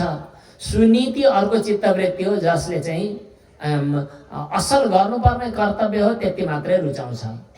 यहाँ उत्तानपादका सुरुचिबाट जन्मिएका छोरा जसको नाम उत्तम थियो। उत्तम भनेको राम्रो राम्रो, राम्रो घर, राम्रो सम्पत्ति, राम्रो वैभव, यसलाई उत्तम उत्तम भन्छन्। तर उत्तम सधैँ स्थिर नरहन सक्छ। सुनीतिका छोरा जो थिए उनको नाम ध्रुव थियो। ध्रुव चाहिँ नित्य हुन्, ध्रुव स्थिर हुन्। ध्रुव भनेको सधैँ रहने, नित्य स्थिर स्थायी। यी दुईटा पुत्रहरूमध्ये पिता उत्तानपादले उत्तमलाई चाहिँ माया गर्थे, ध्रुवलाई गर्दैनथे। किनभने ध्रुवकी आमा सोझी, ध्रुवकी आमा त्यो चाटुकारी चमत्कार चमचम चाहँदैनथिन्। अर्कीले चाहिँ कसरी हुन्छ पतिदेवलाई आफ्नो अधीनमा बनाउन चाहिँ खुब सिपालु थिइन्। अनि उनले चाहिँ आफ्नो साथमा मात्रै रहेको देख्न रुचाउने, उतातिर गयो भने टेढा टेढा आँखाले ठुङ्गोला झैँ गरी हेर्ने भएपछि त अब अर्कीलाई त वास्तै गर्नु भएन। एउटीलाई काखा, एउटीलाई पाखा। अनि पाखा भएकी जो सुनीति हुन्, ती सुनीति घरभन्दा अलि पर छुट्टै एकान्तमा आफ्नो सानोतिनो कुटीमा बस्थिन्। सुरुचि चाहिँ महलमा महारानी भएर बस्थिन्। बाबाले चाहिँ सुरुचिका छोरालाई चाहिँ खुब प्यार माया गर्दथे। एक दिन चाहिँ त्यो सुनीतिको छोरा ध्रुव पनि काखमा बस्न जान खोजेछन्। काखमा जान खोजेको त अर्की आमाले चाहिँ टाढेबाट देखेर सर्पले ठुङ्गोला झैँ गरी, सर्पले झैँ गरी ठुङ्न खोजे झैँ गरी आएर अनि भन्न थाल्छिन्, अरे अरे अरे हेर हिम्मत गरेको, कसरी काखमा चढ्न खोजेको, बाउको काखमा चढ्ने अधिकार छैन तेरो। त्यो अभागीको सन्तान भएर जन्मिएपछि पनि बाउको काखमा बस्ने हिम्मत गर्ने हुँदैन। कुनै जन्ममा तपस्या गरिछस्, भगवानको कृपा भएछ, मेरो गर्भमा आउन सकिछस् भने बाउको काखमा जाने हिम्मत गर्लास्, अहिले त जान सक्दैनस् भनेर यति विधि भयङ्कर कुरो गरिन् ती अर्की आमाले। तपसाराध्य पुरुषम, भगवानको तपस्याको कुरा पनि गर्छिन्, तर भगवानको तपस्या गरेर भगवानको कृपा भयो भने मेरो गर्भमा आउनेछस् भनेर आफ्नो जन्मलाई, आफ्नो वैभवलाई, आफ्नो रुचिलाई चाहिँ यति उत्कर्षमा राख्न खोजेकी छन् सुरुचिले। गर्भे त्वं साधयात्मानं यदिच्छसि नृपासनं, यसरी गाली गरेपछि खपी खानु भएन। अनि ध्रुव बालक त्यहाँबाट रुँदै रुँदै आफ्नै आमा भएको ठाउँमा गए र आमासँग भन्न थाले, मलाई अर्की आमाले यसरी गाली गर्नुभयो। अनि आमाले आँसु पुस्दै के गर्ने, अब अभागीको कोखमा जन्मियौ तिमी, अब बाबाको काखमा बस्न सकेनौ, भगवानको कृपा भएन, के गर्ने त नि भनिन्। भगवानको कृपा किन भएन, बच्चा त हो, ध्रुवले भन्नुभयो। भगवानको कृपा भएन त्यो त जोसुकैलाई कहाँ हुन्छ र, ठुलो तपस्या साधना गर्नुपर्छ, हामी त्यो सक्दैनौँ, किन नसक्ने, म तपस्या गर्न जान्छु भनेर अनि तपस्या गर्न जाने, भगवानलाई प्राप्त गर्ने आग्रहको होडबाजीको चल्यो। एकदमै आग्रह गर्न थाले। आमाले निषेध गरेर पनि नसक्ने हुनुभयो। अब ध्रुव तपस्या गर्न कहाँ जाने, वनमा जान हिँड्दै थिए। हिँड्दा हिँड्दै बीच बाटोमा देवर्षि नारद मुनिसँग भेट भयो। नारद मुनिले बाटो छेक्न थाल्नुभयो। कहाँ हिँडेको बाबु, यस्तो सानो फुच्चे बाबु, खुरुक्क घरमा आमासँग बस्न छोडेर? बाबुले भने, ध्रुवले म भगवान प्राप्त गर्न हिँडेको, तपस्या गर्न हिँडेको। तपस्या तिमीले गर्न सक्दैनौ, तिमी सानै छौ, हामी कस्ता कस्ता ठुला बडाले त सक्दैनौ भनेर नारद मुनिले भन्दा बालक भन्छन्, यहाँ मलाई बाटो छेक्न आउने होइन, सक्नुहुन्छ भने मलाई तपस्या गर्ने तरिका सिकाउनुहोस्, मन्त्र दीक्षा दिनुहोस्, सक्नुहुन्न भने बाटो नछेक्नुहोस्। भनेपछि ओहो, चेलो त तगडा खडा भयो। अब यसलाई चेलो बनाउनु पर्छ। नारद मुनि खुसी हुनुभयो र नारद मुनिले भन्नुभयो, तिम्रो आग्रह देखेर मलाई खुसी लाग्यो, तिमी धन्य छौ, तिमीले भगवानलाई प्राप्त गर्ने नै छौ, मन्त्र सुन भनेर नारद मुनिले भगवानको द्वादशाक्षर मन्त्र, दिव्य मन्त्र सुनाइदिनु भयो। द्वादशाक्षर मन्त्र नारद मुनिले ध्रुव महाराजलाई सुनाइदिनु भयो। त्यसपछि ध्रुव बालक त्यहाँबाट मधुवनतिर प्रस्थान गर्नुभयो र तपस्या गर्न थाल्नुभयो। ध्रुवले जब त्यही द्वादशाक्षर मन्त्र जपेर तपस्या गर्दै गर्दा पहिला खानेकुरा त्यागेर, पानी पिउन पनि त्यागेर, अनि श्वास फेर्न पनि त्यागेर तपस्या गर्दै गर्दा जब यो सम्पूर्ण ब्रह्माण्डमा फैलिएको समष्टि प्राणवायु नै खिच्चिन पुग्यो। त्यसपछि देवताहरूलाई पनि हाहाकार भयो।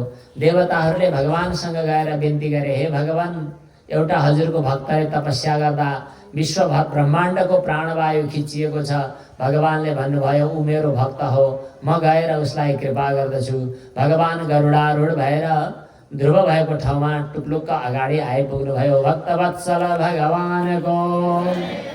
अनि ध्रुव त आँखा चिम्लेर बसिरहेका छन्, ध्यान गरेर भित्रै मस्त। बाहिर भगवान आइसक्नुभयो, मतलबै छैन। भगवानले जगाउन चाहनुभयो र आफ्नो भित्र, हृदयभित्र रहिरहेको स्वरूपलाई यसो लुकाइदिनु भयो।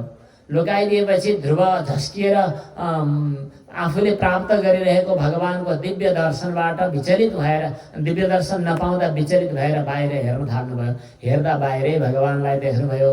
ओहो, मेरो सामु भगवान स्वयं प्रकट हुनुभएको छ, तर स्तुति गर्ने शब्द नै प्रकट हुन सकेन।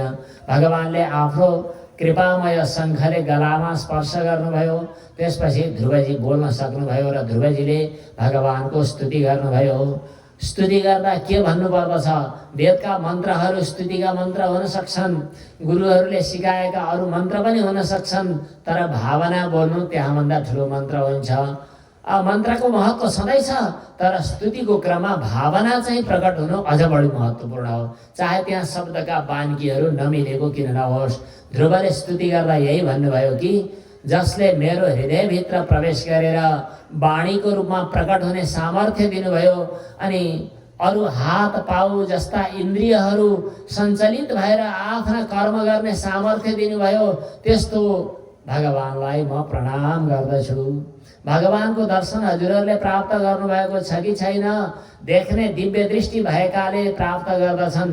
यदि भगवान यहाँ साथमा नभएको भए, भगवानले चैतन्य सत्ता नदिएको भए, यो हाड छाला रगत मासुको यस्तो यो हाँगो कसरी हल्लिन सकेको, अनि यता पुवाल कसरी पर्न सकेको, यो पुवालबाट के अचम्म दुनियाँ देख्ने भन्ने नाटक हुन सकेको, यो के खाले पुवाल हो, यो के खाले यो छालाको पोको चाहिँ छटपटाइरहेको छ, यो के को पुवाल किन यस्तो भएको हो, यो सबैबाट यी सबै काम गर्न सक्ने सामर्थ्य कसले दियो? त्यो भगवानलाई अब देख्न नसक्ने? किन देख्न नसक्ने? सबैतिर भगवानले यस्तो दिव्य लीला देखाइरहनु भएको छ, विचित्र विचित्र आश्चर्यका कृत्यहरू गरिरहनु भएको छ। यस्तो भगवान हजुरलाई प्रणाम छ। योऽन्तः प्रविश्य मम वाचमिमां प्रसुप्तां सञ्जीवयत्यखिल शक्तिधरः स्वधाम्ना अन्यान् सहस्रचरण श्रवणत्वगादीन् प्राणान् नमो भगवते पुरुषाय तुभ्यम्। हजुर एक भइकन अनेक रूपमा हुनुहुन्छ। हजुरले आफै विभिन्न सृष्टि गरेर ती सृष्टिमा आफै प्रवेश गर्नुभएको छ र आफै अनेक अनन्त भनेर सुशोभित हुनुभएको छ। हजुरले दिएकै सामर्थ्य प्राप्त गरेर ब्रह्माजीले सृष्टि गर्ने हो। हजुरकै आश्रय पाएर, हजुरकै चरणतलको आश्रय पाएर हामी संसारको बन्धनबाट मुक्ति हुने हो। हामीहरूले हजुरको चरणलाई कसरी भुल्न सक्छौँ र? हजुरको साथ प्राप्त गर्दा, हजुरको चरण कमलको ध्यान गर्दा हामीलाई जुन आनन्द प्राप्त हुन्छ, त्यो आनन्द ब्रह्म तत्त्वको अनुभव गर्ने ब्रह्मानन्दी ज्ञानीहरूले पनि प्राप्त गर्न सक्दैनन्। स्वर्ग आदि लोकमा गएर अल्मलिनेहरूले त के सुख प्राप्त गर्न सक्लान् र? त्यस कारणले मलाई भगवान अरू केही चाहिएन। हजुरको चरण कमलमा नित्य निरन्तर अनन्य भक्ति लागिरहोस्। भक्तिं मुहु प्रवहतां त्वयि मे प्रसंगो भूयात् अनंत महतां अमलाशयानां एनाञ्जस्वल्वणमुरु व्यसनं भवाब्धिं निश्चे भवद्गुणकथामृतपानमत्तः। हजुरको चरण कमलमा नित्य निरन्तर भक्ति लागिरहोस् र मलाई यदि संगत दिनु छ भने त्यस्ता विशुद्ध हृदय भएका हजुरका परम प्रिय भक्तहरूको संगत दिनुहोस्। हजुरको चरण कमलको सेवा गर्ने अवसर त हामी जस्ता सामान्य व्यक्तिलाई कहाँ प्राप्त हुन सक्ला र? हजुरका भक्तहरूको, हजुरका चरण कमलका दासहरूको पनि, दासको पनि अनुदास हुन पाए पुग्छ हामीलाई। त्यसकारणले हजुरका भक्तहरूमा, हजुरका अनन्य भक्त महात्मा, सन्त महात्मा, सद्गुरुदेवहरूमा हाम्रो संगत हुने अवसर मिलोस्। जुन संगत भएपछि ती सन्त महात्माहरूले हजुरका दिव्य कथा चरित्रहरू सुनाउने छन्। ती दिव्य कथा चरित्र रूपी अमृतलाई पान गरेर म पनि आनन्दित हुन सकूं र यो भयंकर संसार सागरबाट सजिलै म पार तर्न सकूं। एनाञ्जस्वल्वणमुरु व्यसनं भवाब्धिं निश्चे भवद्गुणकथामृतपानमत्तः। हे भगवान, हजुरको चरण कमलको सुगन्धमा जसको चित्त लुब्ध भइसकेको छ, त्यस्ता व्यक्तिहरूले सांसारिक विषयमा फेरि आसक्ति कसरी गर्न सक्छन् र? अवश्य पनि हजुरको चरण कमलको रसामृतबाट अथवा सुगन्धबाट आप्लावित भएका भक्तहरू हजुरमा समर्पित भइरहन्छन्। यस्ता हजुरलाई म कोटि कोटि प्रणाम गर्दछु भनेर ध्रुवजीले भगवानको भव्य स्तुति गर्नुभयो। भगवानले भन्नुभयो कि तिम्रो स्तुतिबाट म प्रसन्न भएको छु। तिम्रो हृदयको संकल्प पनि मलाई थाहा छ। यद्यपि वरदान प्राप्त गर्न त्यति सजिलो छैन, तर पनि मैले तिमीलाई त्यो उत्तम पद दिन्छु, जुन उत्तम पदलाई ध्रुव पद भनिन्छ, जुन पदलाई जोसुकैले आज पनि प्राप्त गर्न सकेका छैनन्। सम्पूर्ण तारा नक्षत्रहरू ग्रहहरूले जसको परिक्रमा गरिरहन्छन्, त्यो परिक्रमा गरिने ध्रुवलोक ध्रुव पदवी म तिमीलाई दिन्छु। तिमीले राज्य छोडेर हिँडेपछि तिम्रो पिता पनि विचलित भएर बसिरहनु भएको छ। तिम्रो दाजु चाहिँ उत्तमको अनुत्तम गति भइसकेको छ। त्यसकारण तिमीले गएर केही समय 36,000 वर्षसम्म आफ्नो राज्य परिपालन गर्नुपर्दछ भनेर भगवानले ध्रुवलाई आज्ञा गर्नुभयो। ध्रुवजी भगवानको आज्ञा पाएर भगवानलाई प्रणाम गर्नुभयो र अब के गर्ने घरतिर फर्किनु पर्यो। भगवानलाई प्राप्त गरेर पनि घरतिर फर्किनु पर्यो भनेर चिन्ता, हृदयभित्र चिन्ता लिँदै ध्रुवजी आफ्नो राज्यतिर फर्किनु भयो। उता पिता एकदम विचलित भएका, उनले आफ्नो पुत्रको प्रतीक्षामा बसिरहेका, आफ्नो पुत्र आएको देखेर खुसी भएर आफ्ना पुत्र ध्रुवलाई राज्य सिंहासनमा अभिषिक्त गरिदिनु भयो। आफू पनि तपस्यामा लाग्नुभयो। अर्का दाजु जो उत्तम थिए तिनी चाहिँ यक्षहरूसँग युद्ध गर्दा मरेका थिए। त्यसकारणले दाजुका शत्रुहरूलाई उद्धार गर्नु पर्यो भनेर ध्रुवजी युद्धमा जानुभएको थियो। तर यक्षसँग ध्रुवको युद्ध ठिक छैन भनेर स्वयम्भू मनु स्वयं आउनुभयो र युद्ध बन्द गर्न सम्झाउनु भयो। अनि ध्रुवले कुबेरलाई पनि आफ्नो शिष्टाचारसँगै वरदान दिनुभयो। अथवा कुबेरको वरदानबाट ध्रुवजी पनि प्रसन्न हुनुभयो। त्यसपछि ध्रुवजीले तोकिए बमोजिम 36,000 वर्षसम्म पृथ्वी तलमा राज्य गर्नुभयो। र त्यो अवधि पुरा भएपछि दिव्य विमान लिएर देवताहरू आइपुगे। त्यही विमानमा कालको शिरमाथि पैताला राखेर ध्रुवजी चढ्नुभयो भनेको छ। र विमानमा चढेर ध्रुवजी आफ्नो दिव्य ध्रुवलोकमा जानुभयो। ध्रुवलोकमा गइसकेपछि पनि नारद मुनि एकपटक भेट्न जानुभयो। भागवतमा यो प्रसङ्ग स्पष्ट छैन, तर अन्यत्रको प्रसङ्ग हो। नारदजीका 4वटा चेला छन्, 2टा बच्चा चेला, 2टा बुढापाका चेला। 2टा बच्चा चेला को हुन् थाहा छ नि? 5 वर्षका उमेरका यी ध्रुवजी नारद मुनिका चेला र नारद मुनिका अर्का चेला चाहिँ प्रह्लादजी। अनि बुढापाका चेला चाहिँ नारद मुनिका एउटा चाहिँ वेदव्यास। वेदव्यासले नारद मुनिकै उपदेशबाट भागवत सुन्नुभएको हो। अर्को चेला चाहिँ को थाहा छ नि? वाल्मीकि, तपस्वाध्याय निरतम वाल्मीकि मुनि, जसले नारद मुनिबाटै रामायणको रामकथाको उपदेश प्राप्त गर्नुभएको हो। पहिला नारद मुनिको मनमा लाग्यो कि चेला चाहिँ के गर्दैछन् त हेर्नु पर्यो।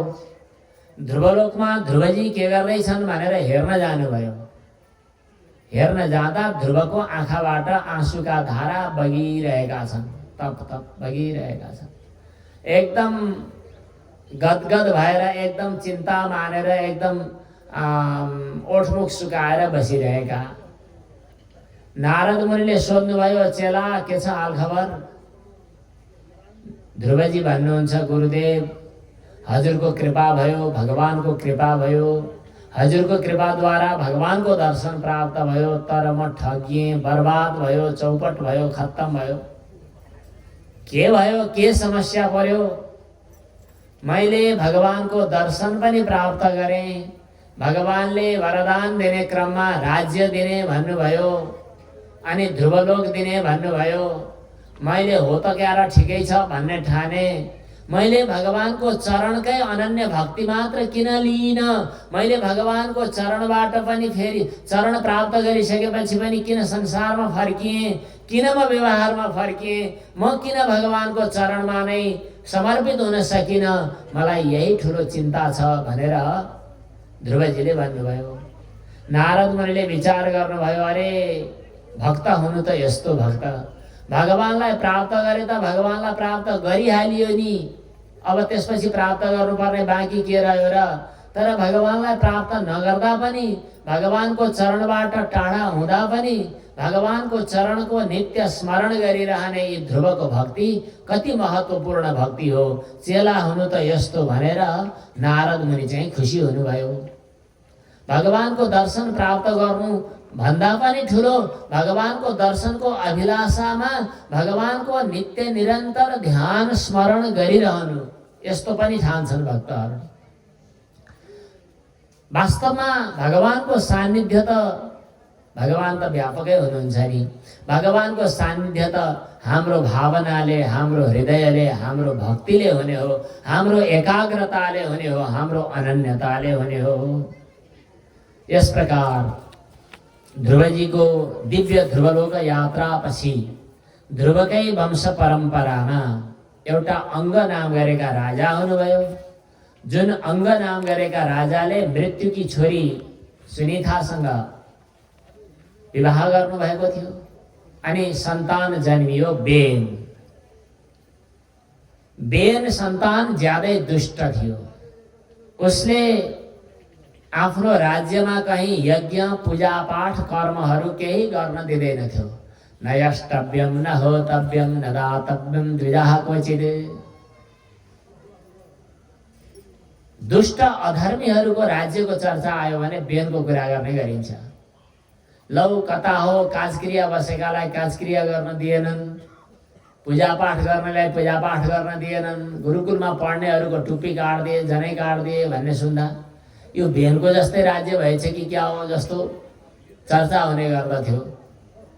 बेनको सिद्धान्त के थियो भने म राजा नै ईश्वर हुँ, अरू कोही ईश्वर भन्ने संसारमा छैन। यस्ता देहात्मवादीहरूको साम्राज्य थियो। अनि बेनको त्यो अनर्थ, बेनको त्यो कुशासन देखेर योगी सन्त महात्माहरूले बेनमाथि पनि धर्मको उपदेश गर्नुभयो। मानेन, नमानेपछि हुङ्कारद्वारा उसलाई समाप्त गरिदिनु भयो। संसारमा दुईटा शासन सत्ताहरू रहन सक्छन्। एउटा त राज्य सत्ता चलाउने राजसिंहासन वा राजसत्ता अथवा राजगद्दी, एउटा अर्को राजाले गलत बाटो लियो भने राजालाई पनि मार्गदर्शन गर्ने व्यास गद्दी, सन्त महात्माहरूको गद्दी। राजा ठिक ठाउँमा रहेन भने राजालाई मार्गदर्शन गर्ने, राजालाई ठिक ठाउँमा राख्ने यो जिम्मेवारी पनि सन्त महात्मा र सद्गुरुदेवहरूको हो। त सन्त महात्माहरूले त्यो बेनलाई सम्झाउँदा बेनले जब मानेन, नमानेपछि त्यसलाई हुङ्कार गरेर समाप्त गरिदिनु। आमाले त्यो बेनको शरीरलाई तेलको कराईमा सुरक्षित गरेर राखेको थियो। अब राजा रहित भएर फेरि दुनियाँमा धर्मको रक्षा कसले गर्ने? राजा त चाहिन्छ, शासक त चाहिन्छ। दण्ड व्यवस्था भएन भने धर्म झन् समाप्त हुन्छ। अब कसलाई राजा बनाउने त भन्दाखेरि तिनै विशेष सन्त महात्माको आज्ञा प्राप्त गरेका राजपुरुषहरूले त्यही शरीरको मन्थन गरे। त्यही शरीरको मन्थन गर्दै गर्दा त्यही शरीरबाट पहिला त एउटा पुड्के पुरुष आयो, त्यसलाई निषिद्ध भनेर छोडिदिए, त्यो निषाद भयो। निषादको खानदान पनि संसारमा चल्यो। त्यसपछि फेरि त्यो बेनको शरीरलाई मन्थन गर्दै गर्दा त्यस शरीरबाट एउटा राजा पृथु महाराजको रूपमा र अर्को चाहिँ महारानी अर्ची प्रकट हुनुभयो। पृथु महाराज र अर्ची महारानी साक्षात् भगवानको अवतारको रूपमा प्रकट हुनुभएको थियो। त्यो लक्षणद्वारा देखिन्थ्यो। देशवासीहरूले स्तुति गरे। पृथु महाराजले भन्नुभयो, शुभ कर्म नगरिकन स्तुति गर्नु, स्तुति प्रशंसामा अल्मलिनु राम्रो कुरा होइन। भो सुत हे मागध सौम्य बन्दिन लोके धुना स्पष्ट गुणस्य मे स्यात्। मैले कुनै राम्रो काम गरेको छैन, राम्रो काम नगर्दै पनि प्रशंसा गर्ने गर्दा हामीहरूमा त्यो प्रशंसाको अभिमान आउँछ, त्यो बेठिक हुन्छ। त्यसकारणले कसैको पनि प्रशंसा गरेको आफूले सुन्यो भने त्यसमा अहङ्कार आउने भय हुन्छ। त्यसकारणले मलाई प्रशंसा नगर्नु। त्यो देखेर झन् जनताहरू ज्यादै खुसी भए र सबैले भन्न थाले, अहिले हजुर राजाको रूपमा हामीलाई रक्षा गर्न योग्य हुनुहुन्छ भनेर राजसिंहासनमा अभिषिक्त गरे। राजा बनेर शासन गर्न थाल्दा पनि पृथ्वीमा एउटा अनिकालको वातावरण भइ नै रह्यो। किनभने जब अधर्म हुन्छ तब पृथ्वीले आफ्नो सत्तालाई आफूमा लुकाउन थाल्नुहुन्छ। जसरी रिसायो भने गाईले दुध लुकाउँछन् नि, त्यसै गरी पृथ्वी माता पनि दुखी हुनुभयो भने आफ्ना उत्पादन बन्द गर्नुहुन्छ। यता धेरै भक्तजनहरू हुनुहुँदो रहेछ। आफ्ना उत्पादनहरू बन्द गर्नुहुन्छ अनि अनिकाल पर्छ। पृथ्वीमा अनिकाल पर्नुको तात्पर्य हो वस्तुहरू उत्पादन नहुनु। मैले सुनेको एकजना आफन्त यही गैंडाकोटमा हुनुहुन्छ, भन्नुभयो अचेल त पहिले सागसब्जीहरू राम्रो उत्पादन हुन्थ्यो, हामी कहिलेकाहीँ मन्दिरमा गुरुहरू कहाँ लगिदिन्थ्यौँ पनि। अचेल उत्पादन कम हुन थाल्यो, बिख नहाले उत्पादनै हुँदैन, अनि त्यो रासायनिक मल नहाले उत्पादनै हुँदैन। अचेल उर्वरा शक्ति घट्दै घट्दै गएको छ भन्नुहुन्थ्यो। हो र, त्यस्तो छ गाउँघरमा? त्यस्तो अलिअलि हुन थालेको छ? अलिअलि कि एकदमै हुन थालेको छ। अब शास्त्रको भनाइ मान्ने हो भने त्यस्तो किन हुन्छ अरे भने जब जब यहाँ पृथ्वी तलमा रहने शासकहरू धर्मको मर्म बुझ्दैनन् तब तब पृथ्वी माता दुखी हुनुहुन्छ र आफ्नो उर्वर शक्तिलाई आफूमा खिचिदिनुहुन्छ भन्ने छ। जब बेनको साम्राज्य थियो, बेनले अधर्मको बोलबाला बनाएको थियो। त्यसपछि पृथ्वी माताले सम्पूर्ण आफ्ना उत्पादनहरू आफूमा विलिन गर्नुभएको थियो। अब पालो आयो राजा पृथुको, तर पृथ्वी माताले त्यस्तै पहिले जस्तै अन्नहरू उत्पादन गर्न नदिने, कुनै वस्तुहरू घाँसहरू अरू मिठो जलहरू नहुने, त्यो देखेपछि अब आश्चर्य लाग्दो कथा छ। राजा पृथुले पृथ्वी मातालाई पनि शासन गर्ने, नियन्त्रण गर्ने, दण्ड दिने विचार गर्नुभयो। पृथ्वी माता डराउनु भयो र गाई बनेर भाग्नु भयो अरे। अब यो अचम्मको कुरा, पृथ्वी कहाँ टेक्नु भयो होला, कहाँ भाग्नु भयो होला, कसरी थाहा पाउने?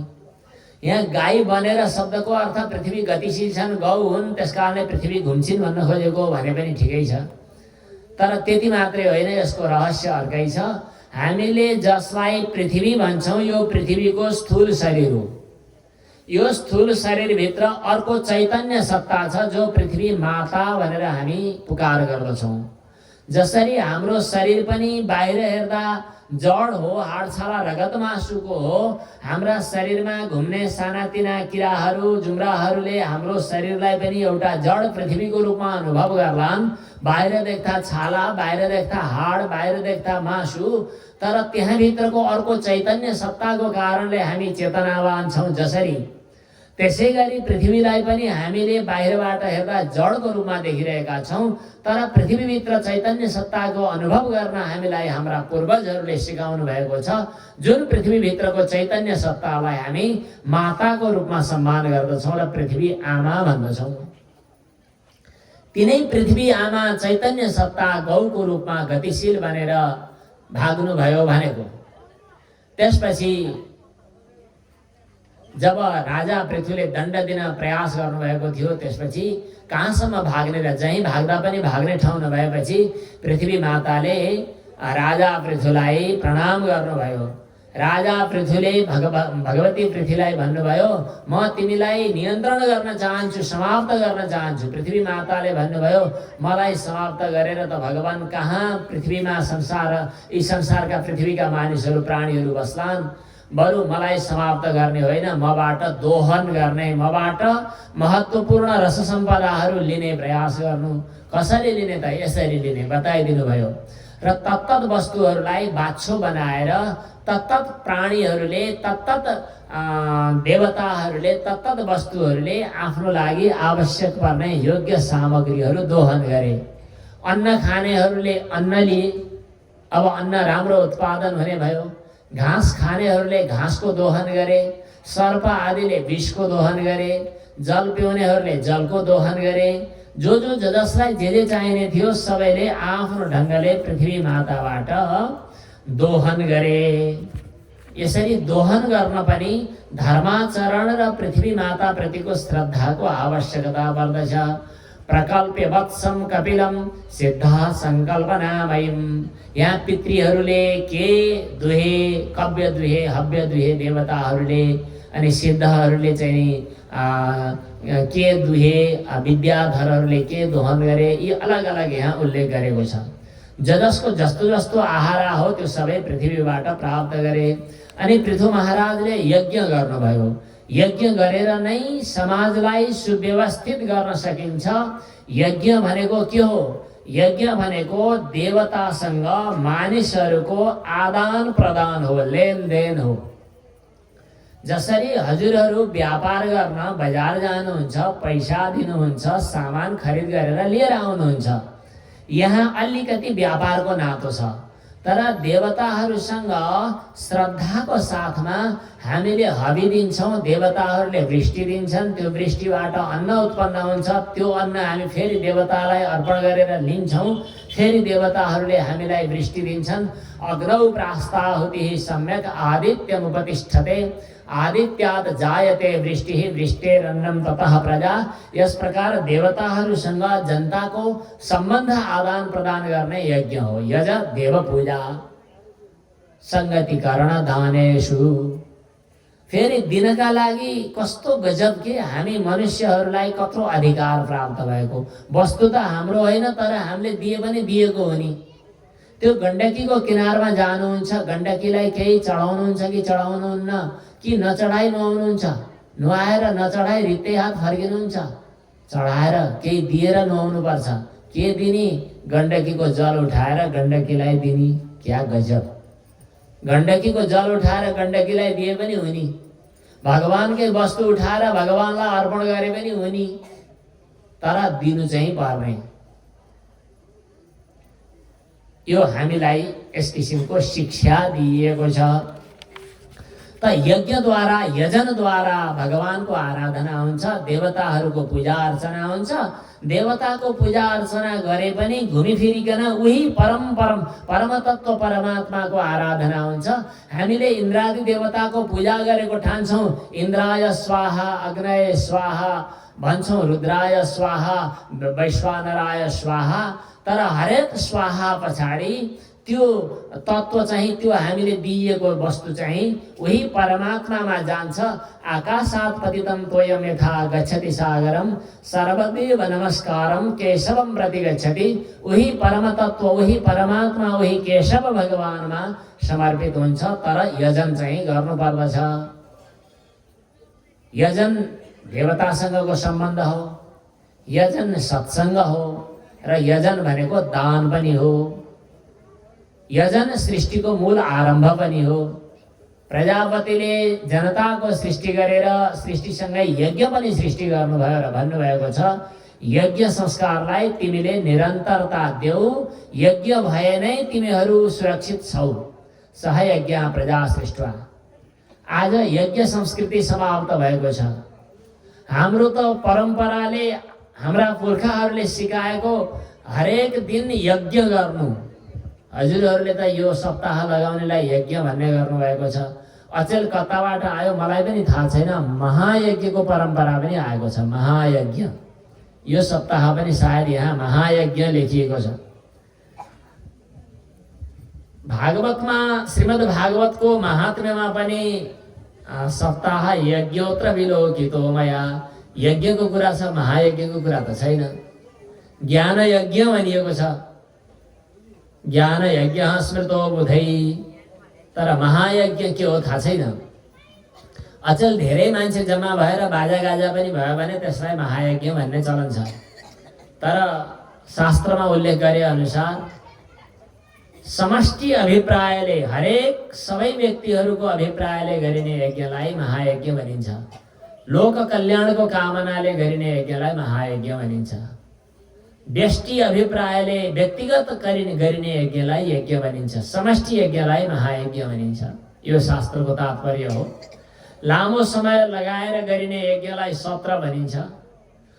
छोटो समय, थोरै समय लगाएर गरिने यज्ञलाई यज्ञ भनिन्छ। यो सत्सङ्ग पनि हो र यो दान पनि हो। यज देव पूजा संगतिकरण दानेषु। देवताले मनुष्यलाई दिने, मनुष्यले देवतालाई दिने। दिने लेनदेनको कुरा हो, तर लेनदेन व्यापार विनिमयको रूपमा होइन, दानको रूपमा। यो यज्ञ हो। त्यो यज्ञ, भव्य यज्ञ आयोजना गर्नुभयो महाराज पृथुको यज्ञशालामा। यज्ञ पुरुष भगवान नारायण स्वयं प्रकट हुनुभयो। भक्तवत्सल भगवानको, यज्ञ पुरुष भगवानको पनि दर्शन प्राप्त गर्नुभएको छ। त्यसपछि महाराज पृथुले आफ्ना प्रजाहरूलाई यज्ञ पुरुष भगवानको आराधना गर्ने प्रक्रिया, भगवत भक्तिको प्रक्रिया सबै बताउनु भएको छ। यतिखेर भन्नुभएको छ कि भगवान सम्पूर्ण हाम्रा कर्महरूको फलदाता हुनुहुन्छ र भगवानलाई हामीले कुनै पनि समयमा बिर्सनु हुँदैन। भगवान नै हाम्रो पूर्ण आधार हुनुहुन्छ। प्रजालाई उपदेश पनि गर्नुभयो र आवश्यकता अनुसार आफूले पनि सत्सङ्ग गर्नुहुन्छ। सनकादि ऋषीश्वरहरू आफ्नो यज्ञशालामा आउनु भएको बेला पृथु महाराजले सनकादिलाई प्रणाम गर्नुभयो र सनकादि ऋषीश्वरहरूलाई भन्नुभयो, हजुरहरूलाई सन्चै छ भनेर कसरी सोधौँ? कुशला कुशल प्रश्न न सन्ति मतिवृत्तयः, कुशला कुशलायत्र न सन्ति मतिवृत्तयः। बिसन्चो हुने भनेको चित्त चञ्चल हुनेलाई, मनमा विभिन्न कुरा खेल्नेहरूका लागि, शरीरमा आहार विहार गडबड हुनेका लागि हो। जसमा बुद्धिवृत्तिहरू नै निवृत्त भइसकेका छन्। निवृत्त बुद्धिवृत्ति भएकाहरूलाई कुशला कुशल प्रश्न भन्नु जरुरी छैन। हजुर यहाँ पाल्नुभयो, हामी सबैलाई कल्याण भयो। हामी सबैको कल्याण, हामी सबैको लागि मार्गदर्शन के हुन्छ आज्ञा होस् भनेर भन्दा सनकादि ऋषीश्वरहरूले बताउनु भयो, सत्सङ्ग नै जीवनको सबैभन्दा महत्त्वपूर्ण साधन हो, कल्याणको साधन हो। सत्सङ्ग नै ज्यादै ठुलो कुरा हो। अनि सत्सङ्गबाट उपाय शिक्षा हुन्छ। सत्सङ्गबाट सिकेका उपाय अनुसार भगवानको चिन्तन र भगवत तत्त्व साक्षात्कार हुनुपर्दछ। त्यो भगवत तत्त्व साक्षात्कारबाट नै हाम्रो त्रिवर्ग सिद्धि हुन्छ। त्यो भगवत तत्त्व भनेको के हो त? जुन तत्त्वलाई हामीले यी देह इन्द्रिय आदि सञ्चालनको मूल आधार भनेर चिन्दछौँ, सबैको हृदयभित्र प्रकाशमान भएको, जसको आधारमा हाम्रा देह इन्द्रियहरू चलेका छन्, त्यो परम तत्त्व परमात्माको अनुभूति हो। तत्त्वं नरेन्द्र जगताम अथ तस्तु शाञ्च, त्यो स्थावर जङ्गम चराचर सबैको प्रकाशक हो, सबैलाई प्रकाशित गर्ने त्यो परम तत्त्व हो। त्यो परम तत्त्वको सत्ताबाटै म सत्तावान भएको छु। त्यसकारणले मैले मलाई त्यो परम सत्ता भन्दा पृथक भनेर कसरी अनुभव गर्न सक्छु र? बिन्दुले सिन्धु भन्दा आफूलाई अलग भनेर कति दिन राख्ने र? त्यसकारणले अभेद भावनाद्वारा उही परमात्मालाई अनुभव गर्नु। प्रत्यक्षकास्ति भगवन् स्तमवेहि सोऽस्मि यस्मिन् इदं सदसदात्मतया, जुन परमात्मामा यो सम्पूर्ण दृश्य जगत, जड चेतन जगत, सद असद रूप जगत, स्थावर जङ्गम रूप जगत जुन परमात्मामा प्रकाशित भएको छ, जुन परमात्माकै अभिन्न शक्ति माया शक्तिद्वारा जगत प्रपञ्च नाना नाम रूपात्मक भएर खडा भएको छ, त्यस्तो सम्पूर्ण नामरूपात्मक दृश्य प्रपञ्चको मूल अधिष्ठान परमात्मा जो हुनुहुन्छ, त्यो परमात्मालाई, ज्ञान स्वरूप परमात्मालाई अभेद बुद्ध्या मैले प्राप्त गर्नु छ। यत्पाद पंकज विलास पलास विलास भक्त्या, जुन सन्त महात्माहरू जसको चरण कमलको अलिकति अंगुली दलको स्पर्शले अथवा चरण कमलको कृपा कटाक्ष पातले आफ्ना हृदय ग्रन्थि रूपी दुर्भावनालाई निवृत्त गर्दछन् र आफ्नो चित्तलाई निर्विषयक बनाएर भगवानमा समाहित गर्दछन्। त्यस्ता सर्वाश्रय, सबैका आश्रय भएका, अरणम सबैको आधार भएका वासुदेव भगवानको भजन गर्नु। वासुदेव अर्थात सबैको हृदयमा निवास गर्ने भगवान। बसन्ति सर्वाणि भूतानि यस्मिन् स वासुदेवः। यस प्रकार सनकादिहरूले महाराज पृथुलाई उपदेश गर्नुभयो। पृथु महाराजले भन्नुभयो, ममाथि हजुरहरूको ठुलो अनुग्रह छ, हजुरहरू नै यो राज्यको योग्य अधिकारी हुनुहुन्छ। ऋषिहरूले भन्नुभयो, होइन, राज्य शासनको जिम्मेवारी हजुरमा छ। अनि महाराज पृथुले आफ्ना उत्तराधिकारीलाई राज्य सिंहासन दिनुभएर आफू परम धाममा जानुभयो। महाराज पृथुकै वंश परम्परामा 10 भाइ प्रचेताहरू जन्मिए। 10 भाइ प्रचेताहरूको कथा पनि यहाँ आएको छ, जो प्राचीन बरीका छोरा थिए। अनि प्राचीन बरी नाम गरेका अर्का राजा थिए, जुन राजाले यज्ञ गर्दा कुश बिछाएर यज्ञ गर्दा गर्दै यो पृथ्वी पुरै ढाकेका थिए। त्यसकारणले उनको नाम प्राचीन बरी भन्ने भयो। ती प्राचीन बरीले कर्म चाहिँ साह्रै गरे, तर कर्ममा मात्रै अल्मलिएर हुँदो रहेनछ। त्यसकारणले उनलाई नारद मुनिले आएर ज्ञान दिनुभयो। कर्म भन्नाले पूजा पाठ, कर्म भन्नाले चन्दन अक्षता फूल धूप दीप नैवेद्य। कर्ममा प्राय बाहिरी वस्तुहरू पनि चाहिन्छन् र शरीरको क्रिया पनि चाहिन्छ। कर्म भनिसकेपछि त्यहाँ अलिकति शरीर, अहंकार अनि यो जन्म अनि केही मिथ्या पदार्थमा पनि अहम र मम बुद्धि गर्नुपर्ने हुन्छ। कर्म गर्ने भनिसकेपछि संकल्प लिनु पर्यो। संकल्प लिँदा अलिकति झुठो सहारा लिनु पर्यो। के भनेको होला बुझ्नुभयो? कर्म गर्ने भनिसकेपछि लौ गोत्र भन्नुहोस्, नाम भन्नुहोस् भन्छन्। अनि गोत्र भन्नु पर्यो, वत्स गोत्र, भरद्वाज गोत्र, वशिष्ठ गोत्र, विश्वामित्र गोत्र, धनञ्जय गोत्र भन्नु पर्यो। हजुरको वास्तवमा त्यो गोत्र हो त? त्यो गोत्र त यो शरीर प्राप्त गर्न थालेपछि यो शरीरमा ती पिता माताबाट जन्मेपछि परम्पराबाट यो गोत्र हो भनिदिए अनि त्यो गोत्र भयो। त्यो त शरीरसँग सम्बन्धित हो। हजुरको त्यो गोत्र हो, नाम भन्नुहोस् भन्छन्। अनि नाम भन्दाखेरि अनि फलानु भनेर नाम भन्यो। त्यो नाम तपाईँ हो, त्यो त 11 दिनपछि राखिदिएको नाम हो। वास्तवमा त्यो नाम पनि तपाईँको होइन, त्यो गोत्र तपाईँ होइन। अनि अमुक गोत्र अमुक प्रवर अमुक शर्मा भन्नु पनि गलतै हुन्छ। कर्म गर्दा यस्तै झुटमुटको सहारा लिनुपर्दछ, किनभने झुटमुटबाट पार जानु छ, त्यस कारणले झुटको सहारा लिनुपर्छ।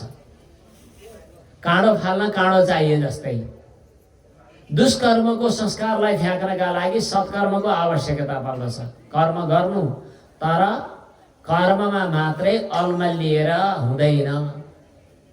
कर्ममा अल्मलिँदा कर्म गर्दैखेरि फेरि ती कर्मले अरू कर्मका त्यन्द्र फैलाउँछ अनि कर्मको जन्जाल झन् बढ्दै जान्छ। त्यसकारणले कर्ममै अल्मलिएर हुँदैन। तर यो कुरा प्राचीनवर्गले फिटिक्कै बुझ्दैनन्। बुझ्दै नबुझ्ने भइसकेपछि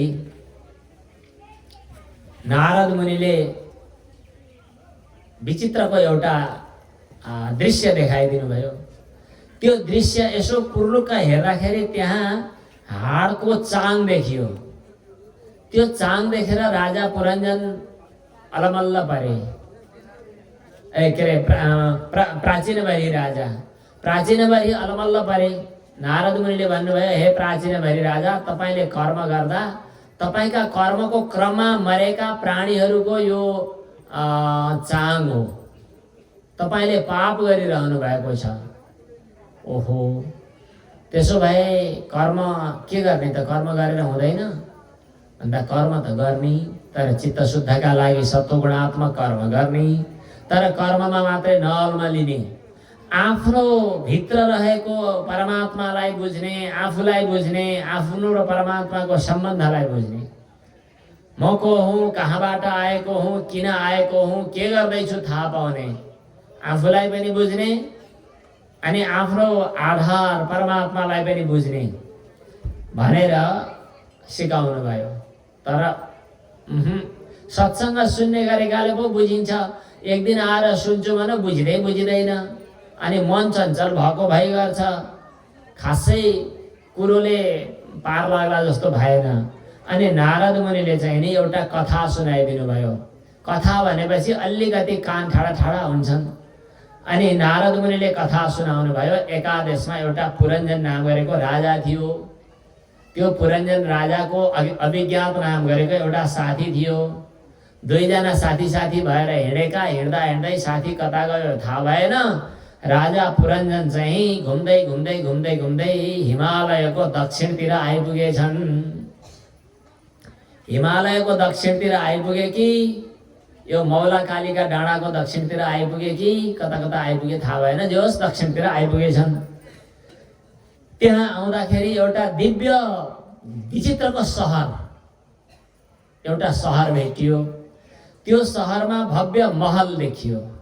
महल घर। त्यो महलमा बसेकी एउटी सुन्दरी स्त्री युवती देखिन्। त्यो पुरञ्जन नाम गरेको राजा त्यहाँ आउँदाखेरि त्यो सहरको बनावट, त्यो महलको बनावट विचित्रको थियो। त्यहाँ झ्याल ढोका, 9-9वटा ढोकाहरू, अनि त्यो ढल निकासको पनि राम्रै व्यवस्था भएको, बाहिर दृश्य हेर्न मिल्ने, हावा लिन मिल्ने, अनि चाहिँ खानपिन आदान प्रदान गर्ने पनि ढोकाहरू राम्रो भव्य भएको। यस्तो विचित्रको महल देखियो। त्यहाँ एउटी नानी युवती बसेकी। ती युवतीलाई ती राजाले देखेपछि अब के चाहियो र मन हुरुकै भइहाल्यो। अनि राजाले सोधे, को हौ तिमी, कसकी छोरी हौ, एक्लै बसेकी किन हो, कहाँबाट आएकी? अब ती नानीले भने नि जो भए पनि के हो त, म छँदैछु त। अनि दुईटाको कुरा मिल्यो। बिहे गरेर बसे। अब के गरे किन भनिरहनु पर्यो, थाहा पाइहालिन्छ। हजुर हामीहरू संसार व्यवहारमा के गर्छौँ त्यही गरे। उनीहरू हुरुक्क हुने, उसले उसलाई माया प्रेम गर्ने, दिन बिताउने गरे।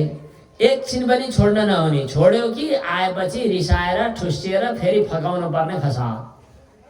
कहिले कहिले यसो घुमफिर गर्न बाहिर गएको बेला त्यस्तो हुन्थ्यो। यसै गरी समय बित्यो, सन्तानहरू पनि धेरै भए, दिन बित्दै गयो। अब त्यो सहरको बाहिरपट्टि चाहिँ ढोकामा बस्ने द्वारपाल पनि थियो, 5 टाउको भएको सर्प।